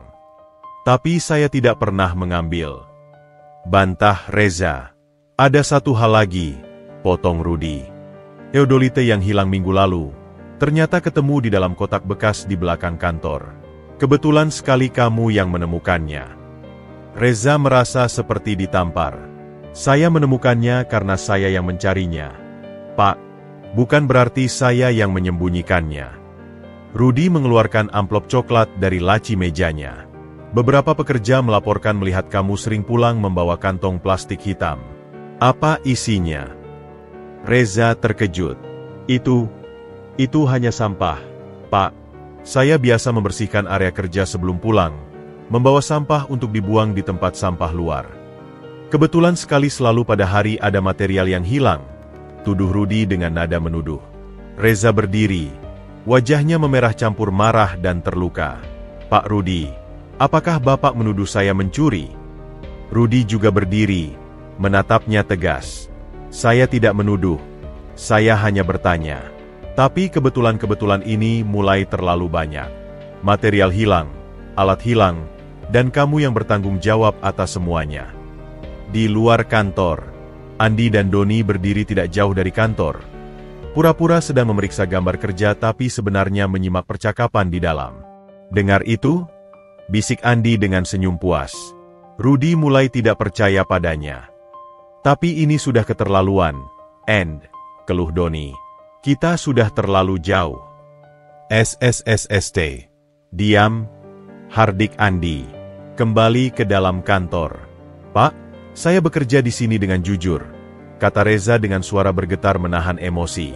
Sejak hari pertama, saya tidak pernah mengambil apa yang bukan hak saya. Lalu bagaimana kamu menjelaskan ini? Tanya Rudi, melemparkan beberapa foto ke meja. Foto-foto itu menunjukkan Reza sedang membawa kantong plastik hitam, diambil dari berbagai sudut. Reza tercengang. Siapa yang mengambil foto-foto ini? Itu tidak penting, jawab Rudi. Yang penting, ini semakin menguatkan kecurigaan. Tapi ini bisa diatur. Pak, protes Reza. Seseorang sengaja memotret saya dari sudut yang membuatnya terlihat mencurigakan. Padahal isinya hanya sampah. Rudi duduk kembali, menghela napas panjang. Reza, saya tidak ingin mempermalukanmu. Tapi dengan bukti-bukti ini, saya harus mengambil tindakan. Tindakan apa? Tanya Reza tegang. Untuk sementara, kamu saya tangguhkan dari posisi supervisor. Kembali jadi pekerja biasa dulu, sampai penyelidikan selesai. Reza seperti terkena pukulan berat. Tapi, pekerjaan quality control? Pengawasan teknis. Untuk sementara Andi yang akan menggantikanmu, jawab Rudi dengan nada akhir. Reza tertawa getir. Andi? Orang yang sama yang hampir meruntuhkan proyek ini. Itu kecelakaan, bentak Rudi. Sedangkan yang ini menyangkut integritas. Perkataan itu seperti pisau yang menancap di hati Reza. Integritas adalah harga dirinya, warisan terbesar dari ayahnya. Baik, Pak, kata Reza akhirnya. Suaranya kecil dan patah-patah. Saya akan turun dari posisi supervisor. Tapi saya mohon, selidiki ini dengan adil. Dia berbalik dan membuka pintu. Di luar, beberapa pekerja termasuk Andi dan Doni sedang menunggu dengan penuh antisipasi. Semua dengarkan, seru Rudi dari dalam kantor. Mulai hari ini, Reza kembali sebagai pekerja biasa. Posisi technical supervisor sementara dipegang oleh Andi. Andi tidak bisa menyembunyikan senyum kemenangannya. Beberapa pekerja yang termakan gosip mengangguk-angguk, sementara yang lain memandang Reza dengan kasihan. Reza berjalan melewati mereka semua dengan kepala tegak, meski hancur di dalam. Di matanya yang berkaca-kaca, terpantul wajah Andi yang penuh dengan kepuasan. "Sekarang kau tahu rasanya," bisik Andi saat Reza melewatinya. Reza berhenti, menatap Andi dalam-dalam. "Aku tidak melakukan apa yang kau tuduhkan. Dan suatu hari nanti, kebenaran akan terbuka." Dia kemudian berjalan menuju area pekerjaan biasa, meninggalkan semua jabatan dan hak istimewanya. Tuduhan yang tidak berdasar telah menghancurkan semuanya dalam sekejap. Tapi dalam hatinya, api semangat tidak padam. Dia tahu kebenaran ada di pihaknya, dan suatu saat nanti, konspirasi ini akan terbongkar. Hari itu, untuk pertama kalinya sejak dipromosikan, Reza kembali menyapu dan membersihkan puing-puing. Pekerjaan yang dulu dilakukannya dengan bangga, tapi kini terasa seperti kekalahan yang memalukan. Setiap sapuan menyapu lantai seolah menyapu harga dirinya yang tercabik-cabik oleh fitnah dan kecemburuan. Matahari terik di siang hari itu seolah mengejek kesedihan dalam hati Reza. Setelah pertemuan yang menghancurkan dengan Mandor Rudi, dia kembali ke posisi paling bawah, seorang pekerja kasar yang harus melakukan semua tugas yang paling tidak diinginkan. Yang paling menyakitkan adalah dia harus menyaksikan Andi, orang yang dia curigai berada di balik semua konspirasi ini, sekarang duduk di posisi yang dulu dia pegang dengan bangga. Pukul 8, pengalihan tugas. "Andi, sebagai technical supervisor baru, kau yang akan memimpin rapat pagi ini," perintah Rudi dengan suara keras, sengaja membuat semua pekerja mendengarnya. Andi melangkah ke depan dengan penuh percaya diri, memegang clipboard yang dulu menjadi milik Reza. "Oke tim, hari ini kita fokus pada penyelesaian struktur lantai 3. Doni, kau tim pertama. Pastikan pengukuran di grid C5 sampai D8 sudah presisi." Reza berdiri di barisan belakang, mencoba tidak menatap langsung. Tapi Andi sepertinya sengaja mencari perhatiannya. "Reza," panggil Andi dengan nada sedikit merendahkan. "Kau bersihkan area bekas potongan besi di sektor timur. Pastikan tidak ada yang tersisa." Beberapa pekerja saling pandang. Mereka tahu itu adalah pekerjaan yang biasanya diberikan pada pekerja baru atau yang sedang dihukum. "Baik," jawab Reza singkat, menunduk mengambil sekop dan karung. Pukul 10.30, insiden penyekopan. Saat Reza sedang membersihkan, dia melihat sesuatu yang membuat darahnya mendidih. Di balik tumpukan papan bekas, dia menemukan 3 sak semen yang setengah terpakai, persis seperti yang hilang menurut laporan Andi. "Doni," panggil Reza pada Doni yang kebetulan lewat. "Lihat ini, semen yang katanya hilang minggu lalu." Doni wajahnya pucat. Mungkin ada yang lupa menaruhnya di sini." "Lupa?" Reza menatapnya tajam. "Semen disembunyikan di balik tumpukan sampah, dan kebetulan sekali selalu hilang saat saya yang bertanggung jawab." Sebelum Doni sempat menjawab, Andi sudah mendekat. "Ada masalah apa?" Reza menunjuk ke semen yang ditemukannya. "Ini semen yang katanya hilang, Andi. Tersembunyi di balik sampah." Andi tidak terkejut. "Oh, itu semen basah yang sudah tidak bisa dipakai. Sudah saya perintahkan untuk dibuang." "Tapi dalam laporan kamu tulis semen hilang, bukan semen rusak," tegur Reza. Andi mendekat, berbisik dengan suara hanya bisa didengar Reza. "Sudah terima saja nasibmu. Tidak ada yang akan percaya padamu sekarang." Pukul 13, saat makan siang. Reza duduk sendirian di pojok seperti biasa, tapi kali ini dengan beban yang lebih berat. Beberapa pekerja yang dulu menghormatinya, sekarang menghindari kontak mata. Hanya beberapa pekerja senior yang masih mau duduk dekat dengannya. "Jangan sedih, Reza," hibur Pak Warsito, pekerja berusia 50 tahun yang sudah lama di proyek ini. "Kebenaran akan terbuka suatu saat nanti." "Tapi kenapa mereka bisa percaya pada Andi begitu mudah, Pak?" tanya Reza putus asa. "Karena dunia ini tidak selalu adil," jawab Warsito bijak. "Tapi ingat, orang yang menanam angin akan menuai badai." Dari seberang, Andi dan kelompoknya tertawa terbahak-bahak, sesekali melirik arah Reza dengan tatapan mengejek. Pukul 15, kesalahan berulang. Tanpa pengawasan teknis Reza, kesalahan mulai terjadi lagi. Tim Andi melakukan kesalahan dalam membaca gambar untuk struktur atap, menyebabkan pemotongan besi yang salah untuk keenam kalinya. Sial! Teriak Andi melemparkan potongan besi yang salah. Gambar ini terlalu rumit. Doni mencoba menenangkan. Mungkin kita harus minta bantuan. Tidak, potong Andi keras. Kita tidak butuh bantuan siapa-siapa. Terutama tidak butuh bantuan mantan supervisor yang tidak jujur. Reza yang mendengar itu dari kejauhan hanya menggeleng. Dia tahu ada kesalahan, tapi tidak berani menegur karena posisinya yang sudah tidak dianggap. Pukul 17, pulang dengan hancur. Saat akan pulang, Reza mendekati Rudi untuk terakhir kali. Pak, saya mohon, selidiki ini dengan adil. Saya tidak melakukan apa yang dituduhkan. Rudi melihatnya dengan tatapan campur aduk. Reza, saya punya bukti-bukti, foto-foto, laporan material yang tidak sesuai. Apa yang bisa kau katakan? Bahwa semua itu bisa diatur. Pak, saya difitnah. Rudi menghela napas. Pergilah sekarang. Kita bicara lagi lain waktu. Perjalanan pulang hari itu terasa paling panjang dan menyedihkan. Setiap langkah kaki Reza terasa berat. Dia ingat pesan ayahnya. Hidup itu seperti konstruksi. Nak, terkadang kita harus mengalami keruntuhan sebelum membangun yang lebih kokoh. Tapi keruntuhan kali ini terasa berbeda. Ini bukan soal fisik, tapi soal harga diri dan integritas yang diinjak-injak. Sesampainya di gubuknya, Reza menatap foto ayahnya lagi. Maaf, Yah, aku sudah berusaha terbaik, tapi ternyata tidak cukup. Air mata akhirnya pecah. Air mata kecewa, marah, dan sedih yang selama ini ditahannya. Dia menangis untuk semua kerja kerasnya yang sia-sia, untuk semua penghinaan yang harus dia tanggung, dan untuk ketidakadilan yang dia alami. Tapi dalam tangisnya, ada satu hal yang tidak hilang, keyakinan bahwa kebenaran akan terbuka.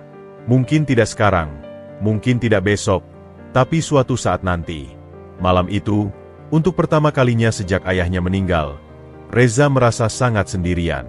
Tapi dalam kesendiriannya, dia bertekad untuk tidak menyerah. Dia akan membuktikan integritasnya, tidak peduli berapa lama waktu yang dibutuhkan.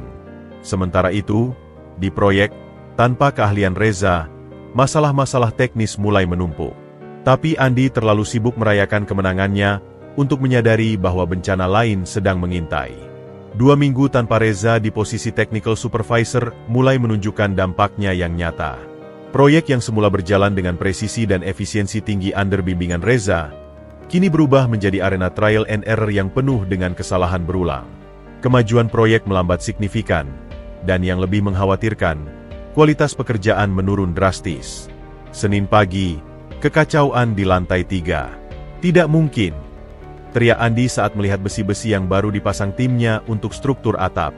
Sudah ketiga kali ini salah potong. Doni mendekat dengan wajah cemas. Andi, kita harus akui, kita tidak paham simbol-simbol khusus di gambar kerja bagian atap ini. Jangan bilang kita harus minta bantuan Reza, bentak Andi, wajahnya merah padam. Tapi realita tidak bisa dibantah. Dalam 2 minggu terakhir, mereka sudah memboroskan material senilai hampir 5 juta rupiah hanya untuk kesalahan pemotongan besi. Setiap hari, ada saja masalah baru yang muncul. Pak Warsito, pekerja senior, mendekati Rudi yang sedang memeriksa progres. Pak Rudi, saya lihat ada yang tidak beres dengan sambungan di sektor F9. Sepertinya tidak kuat. Rudi mendongak, matanya menyipit. Apa maksudmu? Itu sambungan menerima beban tarik, tapi dipasang seperti sambungan tekan. Bisa bahaya nantinya. Rudi mendaki tangga ke lantai 3, memeriksa sendiri. Wajahnya langsung berkerut melihat kualitas pekerjaan yang jauh menurun. Andi, kemari, panggilnya keras. Andi bergegas mendekat dengan wajah nervous. Ya, Pak. Jelaskan ini. Tunjuk Rudi ke sambungan yang bermasalah. Kenapa sambungan tarik dipasang seperti sambungan tekan? Andi berkeringat dingin. Saya kira tidak beda, Pak. Tidak beda. Rudi hampir tidak percaya. Dasar-dasar struktur saja tidak kamu kuasai? Ini pelajaran semester pertama SMK. Doni mencoba membantu. Kami memang belum pernah dapat proyek dengan kompleksitas seperti ini, Pak. Lalu untuk apa kalian sombong-sombong menjelekkan Reza? Rudi akhirnya meledak. Dia yang cuma lulusan SMP bisa memahami ini semua, sedangkan kalian yang lulusan SMK tidak bisa. Selasa siang, insiden hampir celaka. Pukul 13.45, saat pekerja kembali dari istirahat makan siang, terjadi insiden yang hampir mencelakai. Awas! Runtuh! Teriak salah satu pekerja. Sebuah perancah sementara di sisi timur tiba-tiba bergoyang dan nyaris roboh, membuat 3 pekerja yang sedang berada di atasnya hampir terjatuh dari ketinggian 6 meter. Apa yang terjadi? Teriak Rudi berlari dari kantor. Salah satu pekerja yang selamat menjawab dengan wajah pucat. Perancahnya tidak stabil, Pak. Kaki-kakinya tidak sama panjang. Rudi memeriksa dengan mata berapi-api. Siapa yang pasang perancah ini? Semua mata menunjuk ke Andi. Saya pikir tidak masalah, Pak. Jawab Andi gemetar. Tidak masalah. Rudi menarik napas dalam-dalam, berusaha menahan amarah. Kalian hampir membunuh orang. 2 kali. Rabu pagi, kunjungan tak terduga. Pukul 9, mobil Toyota Fortuner hitam Pak Agus kembali muncul. Kali ini, dia datang tanpa pemberitahuan. Rudi, sapa Pak Agus dengan wajah serius. Saya terima laporan progres mingguan. Kenapa begitu lambat? Dan ada pemborosan material yang tidak wajar. Rudi berkeringat dingin. Kami, ada sedikit masalah teknis, Pak. Pak Agus berjalan memeriksa area proyek. Matanya yang tajam langsung menangkap puluhan kesalahan kecil yang tidak akan terjadi under pengawasan Reza. Siapa yang bertanggung jawab untuk quality control sekarang? Tanya Pak Agus. Andi, Pak. Jawab Rudi pelan. Andi? Bukan Reza. Pak Agus terkejut. Kenapa Reza diturunkan? Rudi menjelaskan dengan terbata-bata tentang tuduhan pencurian material dan hilangnya alat. Tapi semakin dia menjelaskan, semakin tidak masuk akal ceritanya. Jadi kalian menurunkan pekerja terbaik hanya berdasarkan kecurigaan tanpa bukti kuat? Tanya Pak Agus tidak percaya. Ada foto-foto, Pak, dan laporan material yang tidak sesuai. Laporan dari siapa? Potong Pak Agus. Dari Andi dan timnya. Jawab Rudi mulai ragu. Pak Agus menghela napas panjang. Rudi, dalam dunia konstruksi, kita tidak boleh mudah percaya pada laporan sepihak. Apalagi ketika ada konflik kepentingan yang jelas. Kamis sore, pengakuan pahit. Pukul 16.30, saat semua pekerja bersiap pulang, Pak Warsito mendatangi Rudi. Pak Rudi, saya harus bicara, kata Warsito dengan suara berat. Ada apa, Pak Warsito? Saya lihat sesuatu kemarin malam, mulainya. Saat saya pulang terlambat, saya lihat Andi dan Doni menyembunyikan sesuatu di gudang. Rudi langsung siaga. Menyembunyikan apa? Material-material kecil. Paku, semen, beberapa potong besi. Persis seperti yang katanya hilang selama ini. Rudi terdiam. Wajahnya berubah pucat. Kau yakin? Sangat yakin. Pak, saya sengaja diam karena takut. Tapi setelah melihat proyek ini jadi berantakan tanpa Reza, saya tidak bisa diam lagi. Kebenaran mulai terkuak. Rudi mulai menyadari bahwa dia mungkin telah membuat kesalahan besar. Kesalahan yang merugikan proyek dan menghancurkan reputasi orang yang tidak bersalah. Malam ini, kita akan beres-beres gudang, kata Rudi tiba-tiba. Suruh semua pekerja tetap di sini. Pukul 19. Pencarian di gudang. Dengan lampu sorot yang menerangi gudang, Rudi memimpin pencarian. Dalam waktu kurang dari 1 jam, mereka menemukan berbagai material hilang yang disembunyikan dengan rapi di balik tumpukan material lain. Ini dia, seru salah satu pekerja, mengeluarkan 3 sak semen yang masih bagus dari balik tumpukan papan.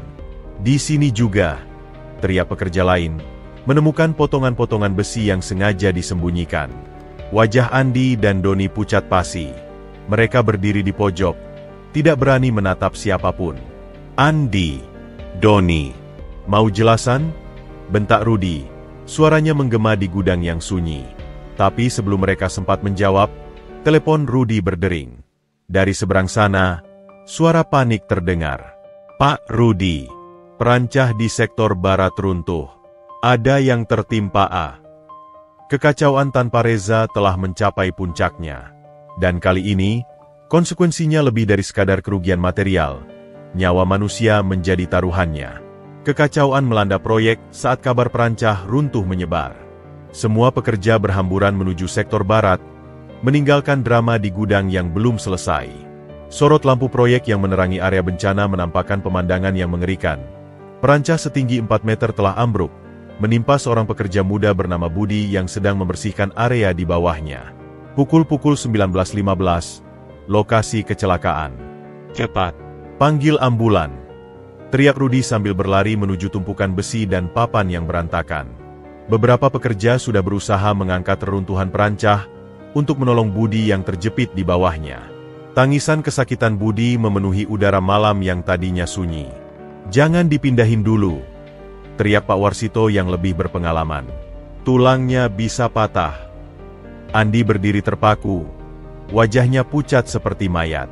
Doni yang berada di sampingnya gemetar tak terkendali. Air mata mulai mengalir di pipinya. Ini salah kita, bisik Doni dengan suara bergetar. Kita yang pasang perancah ini asal-asalan. Andi tidak bisa menjawab. Matanya kosong menatap Budi yang masih terjebak dan mengerang kesakitan. Pukul 19.25, evakuasi. Dengan susah payah, para pekerja berhasil mengangkat reruntuhan perancah dan mengeluarkan Budi. Kaki kanannya bengkok tidak wajar, dan wajahnya menahan kesakitan yang luar biasa. Tolong, sakit. Rintih Budi. Rudi memegang tangan Budi. Tahan sebentar, Bud. Ambulan sudah di jalan. Dia menoleh. Matanya berapi-api mencari Andi. Ini semua kesalahanmu. Kau yang bertanggung jawab atinspek teknis. Andi masih terdiam. Tapi Doni sudah tidak tahan lagi. Tekanan batin selama berminggu-minggu akhirnya meledak. Pak Rudi, saya harus bicara, teriak Doni tiba-tiba, membuat semua orang terkejut. Saya yang bersalah. Saya dan Andi. Semua mata tertuju pada Doni yang kini menangis terseduh-seduh. Apa maksudmu? Tanya Rudi perlahan. Semua tuduhan pada Reza, itu kami yang atur. Tangis Doni. Kami yang sembunyikan material, kami yang sembunyikan teodolite, kami yang sebarkan gosip, foto-foto itu juga kami yang atur. Rudi seperti terkena pukulan palu godam. Kalian berdua. Doni mengangguk. Tidak bisa lagi berkata-kata. Andi masih berdiri membeku. Tidak menyangkal tapi juga tidak mengaku. Kenapa? Raung Rudi. Suaranya pecah antara marah dan kecewa. Karena kami iri, jawab Doni pelan. Kami tidak terima Reza yang cuma lulusan SMP bisa jadi supervisor. Kami pikir kami lebih berhak. Sirene ambulans yang semakin dekat seolah menambah dramatisasi pengakuan pahit ini. Pukul 20, setelah Budi dibawa ke RS.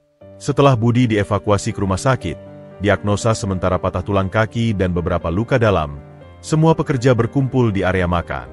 Suasana begitu muram. Andi dan Doni duduk terpisah, dikelilingi oleh tatapan benci dan kecewa dari rekan-rekan mereka. Ceritakan semuanya, perintah Rudi dengan suara datar namun berwibawa. Dari awal. Doni, dengan suara terisak-isak, menceritakan seluruh konspirasi mereka, dari awal kecemburuan, rencana menjatuhkan Reza, sampai eksekusi penyembunyian material dan penyebaran fitnah. Andi yang merencanakan semuanya, kata Doni akhirnya. Tapi saya juga bersalah karena ikut serta. Semua orang menatap Andi yang masih diam membatu. Benarkah semua ini, Andi?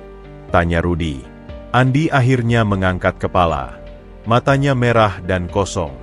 Benar, jawabnya singkat, suaranya parau.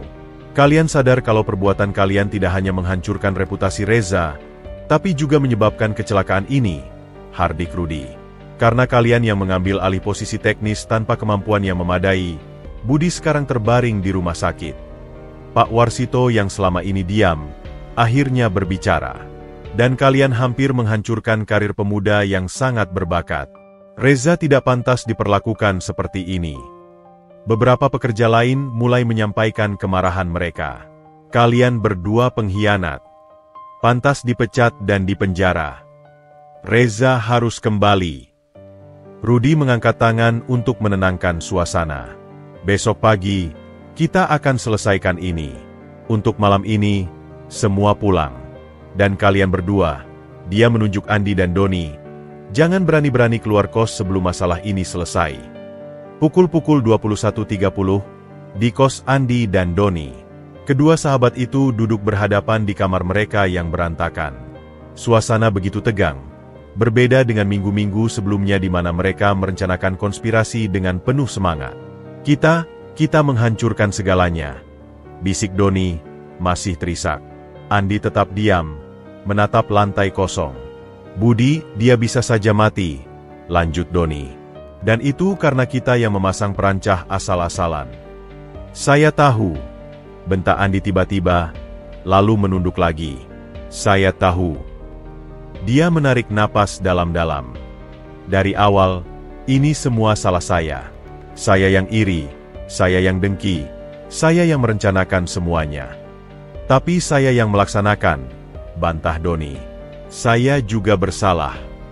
Malam itu, untuk pertama kalinya, mereka menyadari betapa dalamnya kesalahan yang mereka perbuat. Bukan hanya pada Reza, tapi pada semua orang di proyek. Pada Budi yang sekarang terluka, pada Rudi yang kecewa, pada proyek yang terbengkalai, dan pada diri mereka sendiri. Besok, kata Andi akhirnya, kita harus menghadapi konsekuensinya. Apapun itu. Pengakuan pahit itu datang terlambat. Tapi seperti kata pepatah, kebenaran tidak bisa disembunyikan selamanya.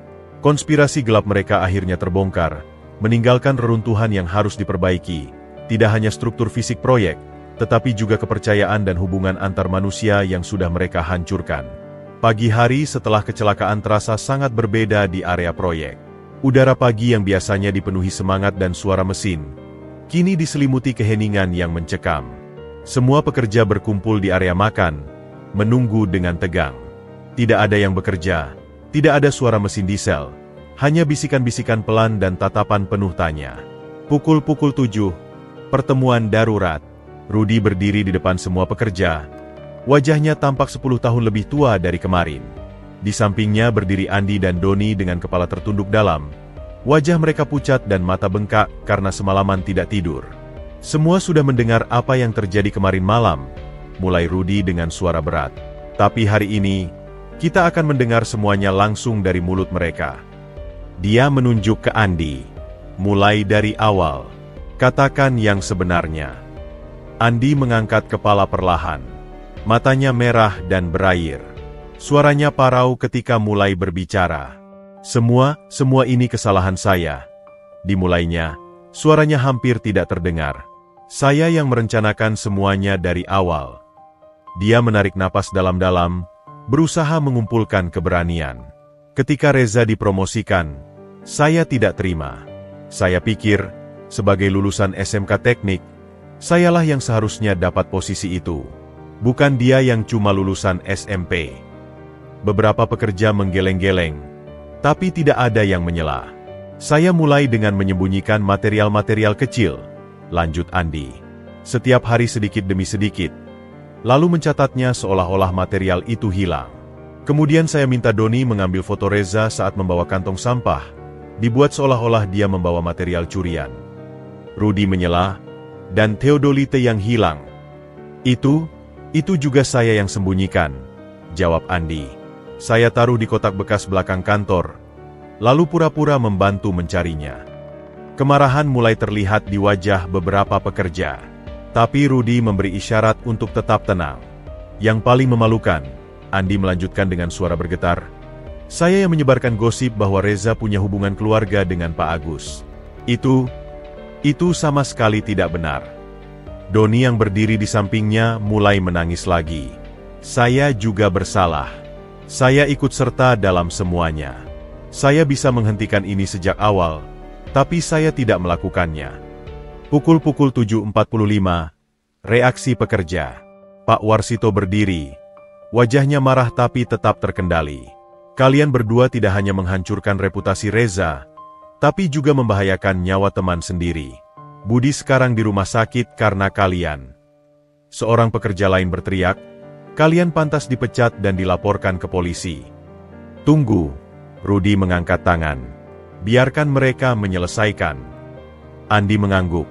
Air mata sekarang mengalir deras di pipinya.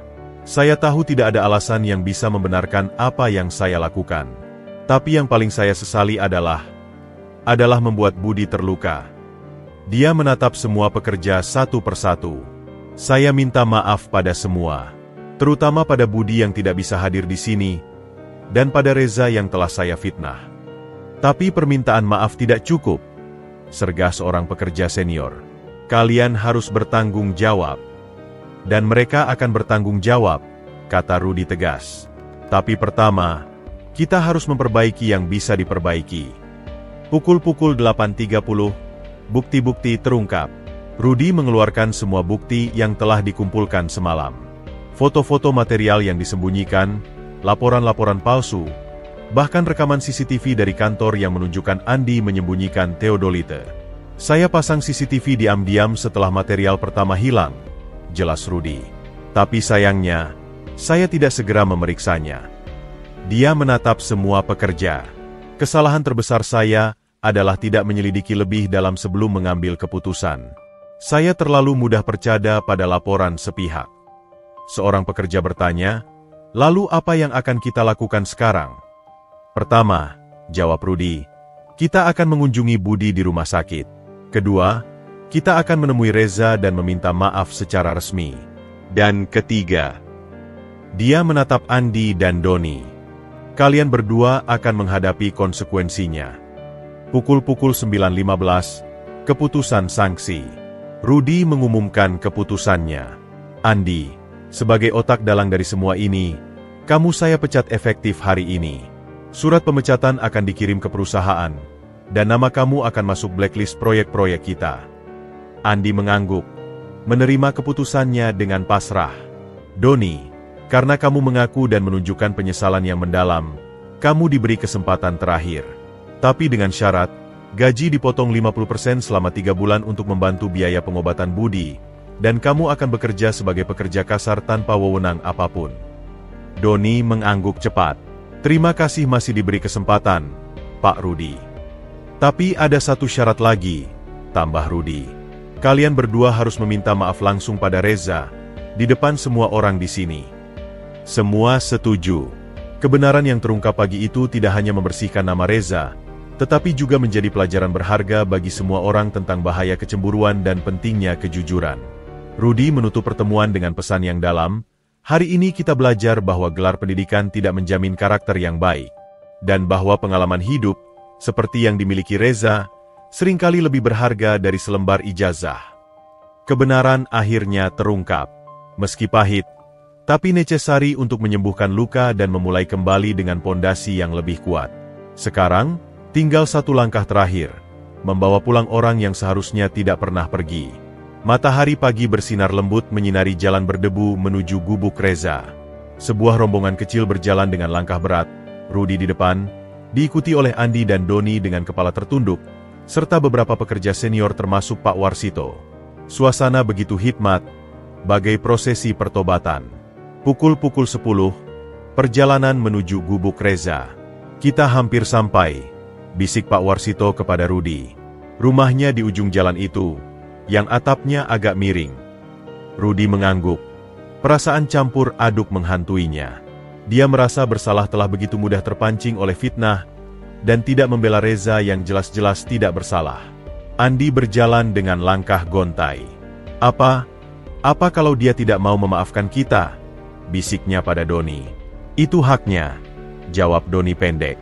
Kita sudah melukainya sangat dalam. Mereka sampai di depan gubuk reyap yang terlihat semakin memprihatinkan. Pagar bambunya sudah lapuk. Atap sengnya berkarat di beberapa tempat. Seorang tetangga yang melihat mereka datang segera mendekat. Kalau cari Reza, dia lagi perbaiki atap belakang, kata tetangga itu sambil menunjuk. Langsung saja lewat samping. Pukul 10.15, Pertemuan yang menegangkan. Mereka menemukan Reza sedang berdiri di atas tangga bambu, memperbaiki bagian atap yang bocor. Dia mengenakan baju lusuh yang sama seperti saat pertama kali datang ke proyek. Tubuhnya berkeringat dalam terik matahari. "Reza," panggil Rudy pelan. Reza menoleh, dan ekspresinya berubah kompleks saat melihat siapa yang datang. Ada kejutan, sedikit kepahitan, tapi juga penasaran. "Bisa kita bicara sebentar?" tanya Rudy. Reza mengangguk, lalu turun dari tangga. "Silakan masuk. Maaf kalau berantakan." Di dalam gubuk yang sederhana namun rapi, mereka duduk di kursi kayu usang. Foto ayah Reza masih tergantung di dinding, seolah menjadi saksi bisu pertemuan ini. "Reza," mulai Rudy dengan suara berat. "Pertama-tama, saya sebagai mandor meminta maaf yang sebesar-besarnya. Saya telah melakukan kesalahan besar dengan tidak membelamu, dengan mudah percaya pada fitnah yang tidak benar." Reza diam, matanya berkaca-kaca. "Semua tuduhan terhadapmu tidak benar," lanjut Rudy. "Kami sudah mengoreksi semuanya. Namamu sudah dibersihkan sepenuhnya." Sekarang giliran Andi yang berbicara. Suaranya terisak-isak. "Reza, saya tidak pantas meminta maaf. Tapi saya harus mengatakannya. Semua ini salah saya. Saya yang merencanakan segalanya karena iri dan dengki padamu." Doni menyusul. "Dan saya ikut bersalah karena tidak menghentikannya. Kami menghancurkan reputasimu yang seharusnya tidak kami sentuh." Reza menarik napas dalam-dalam. "Saya tahu," katanya akhirnya. "Saya tahu dari awal ada yang tidak beres. Tapi saya memilih diam karena percaya suatu saat kebenaran akan terbuka." Rudy terkejut. "Kau tahu?" Reza mengangguk. "Saya lihat Andi menyembunyikan semen di balik papan bekas. Saya lihat Doni mengambil foto saya dengan angle yang mencurigakan. Tapi saya pikir, jika saya melawan, keadaan akan semakin buruk." "Lalu kenapa kau tidak bilang pada saya?" tanya Rudy penuh penyesalan. "Karena saya ingin membuktikan bahwa integritas tidak perlu dipertahankan dengan berteriak, tapi dengan tindakan dan konsistensi," jawab Reza bijak. Semua terdiam, kagum dengan kematangan pemuda di depan mereka. "Ada satu hal lagi," kata Rudy. "Kemarin malam, terjadi kecelakaan. Perancah runtuh dan menimpa Budi." Reza langsung berdiri. "Budi? Dia bagaimana?" "Kaki kanannya patah, beberapa luka dalam. Tapi dia akan sembuh," jawab Rudy. "Itu terjadi karena tidak ada yang mengawasi aspek teknis dengan benar." Reza memandang Andi dan Doni. "Apakah kalian mengerti sekarang? Dalam konstruksi, kesalahan kecil bisa berakibat besar. Bukan hanya pada material, tapi pada nyawa manusia." Andi menangis terseduh-seduh. "Saya mengerti sekarang, saya benar-benar mengerti." "Reza," Rudy melanjutkan, "saya datang kemari tidak hanya untuk meminta maaf, tapi juga untuk memohon, kembalilah ke proyek. Kami membutuhkanmu." Reza berjalan ke jendela, memandang keluar sejenak. "Ayah saya dulu bilang, orang bijak bukan yang tidak pernah jatuh, tapi yang bisa bangun dan belajar dari jatuhnya." Dia menoleh kembali pada mereka. "Saya akan kembali, tapi dengan satu syarat." "Apapun itu," jawab Rudy cepat. "Andi dan Doni harus belajar dari kesalahan ini. Dan saya ingin mereka bekerja di bawah pengawasan saya. Bukan untuk menghukum, tapi untuk mengajar." Andi dan Doni terkejut. Mereka tidak menyangka akan diberi kesempatan seperti ini. Kau masih mau bekerja dengan kami?" tanya Doni tidak percaya. "Karena saya percaya orang bisa berubah," jawab Reza. "Seperti besi yang harus ditempa dan dibentuk menjadi struktur yang kuat, karakter manusia juga perlu ditempa oleh pengalaman." Rudy tersenyum lega. "Kalau begitu, besok kau kembali sebagai technical supervisor dengan wewenang penuh." "Tidak," bantah Reza. "Saya kembali sebagai Reza, seseorang yang mencintai dunia konstruksi dan ingin berbagi ilmu. Titel tidak penting." Hari itu, di gubuk sederhana itu, terjadi rekonsiliasi yang tidak hanya menyembuhkan luka, tetapi juga membangun jembatan menuju hubungan yang lebih kuat. Permintaan maaf yang tulus dan pengampunan yang diberikan dengan ikhlas menjadi pondasi baru bagi mereka semua. Saat mereka berjalan kembali ke proyek, langkah mereka lebih ringan. Matahari siang yang terik tidak lagi terasa menyengat, tapi seperti menyinari jalan baru yang penuh harapan. Keesokan harinya, proyek tersebut bagai dibangkitkan dari kematian. Semangat baru mengalir deras di antara para pekerja, dipimpin oleh Reza yang kembali dengan membawa perubahan fundamental dalam cara kerja mereka. Namun, kali ini ada perbedaan mendasar. Reza tidak kembali sebagai sosok yang sama. Pukul 6.30, rapat pagi yang berbeda. Reza berdiri di depan semua pekerja, termasuk Andi dan Doni yang kini berdiri di barisan paling depan dengan ekspresi hormat dan siap belajar. Selamat pagi semua, sapa Reza dengan suara hangat namun penuh wibawa. Hari ini kita mulai babak baru. Bukan hanya untuk menyelesaikan proyek ini, tapi untuk membangun standar kerja yang lebih baik. Dia menunjuk ke papan tulis yang sudah dipersiapkan. Saya buat sistem kerja baru. Setiap pagi, kita akan ada sesi belajar 15 menit. Hari ini, saya akan ajarkan membaca simbol-simbol khusus dalam gambar kerja. Andi mengacungkan tangan. Bisa kita mulai dari simbol sambungan ekspansi yang kemarin? Tepat sekali, jawab Reza sambil tersenyum. Itu yang pertama. Rudi yang berdiri di samping hanya mengamati dengan bangga. Dia melihat bagaimana Reza mengubah budaya kerja, dari kompetisi tidak sehat menjadi kolaborasi saling menguatkan. Pukul 10, metode pembelajaran baru.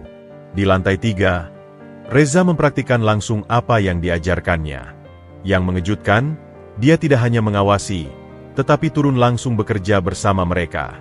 Lihat, Andi, kata Reza sambil memegang besi yang akan dipasang. Untuk sambungan ini, kita perlu beri toleransi 3 cm, bukan 5 cm seperti di lantai bawah. Kenapa? Andi berpikir sejenak. Karena beban di lantai 3 lebih ringan.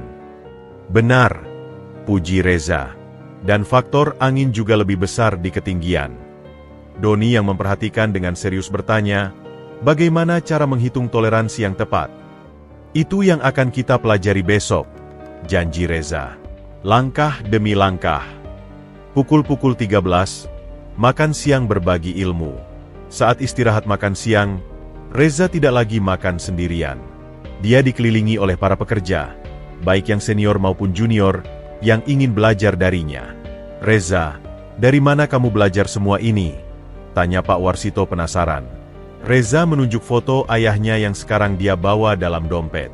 Dari ayah saya, dan dari pengalaman. Tapi yang paling penting, dia menatap Andi dan Doni, dari kesalahan.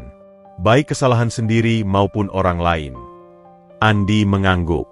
Kami sudah belajar banyak dari kesalahan kami. Terima kasih masih mau mengajari kami. Kesalahan adalah guru terbaik. Asalkan kita mau belajar darinya, jawab Reza. Pukul 15, terobosan inovatif. Hari itu, terjadi terobosan penting.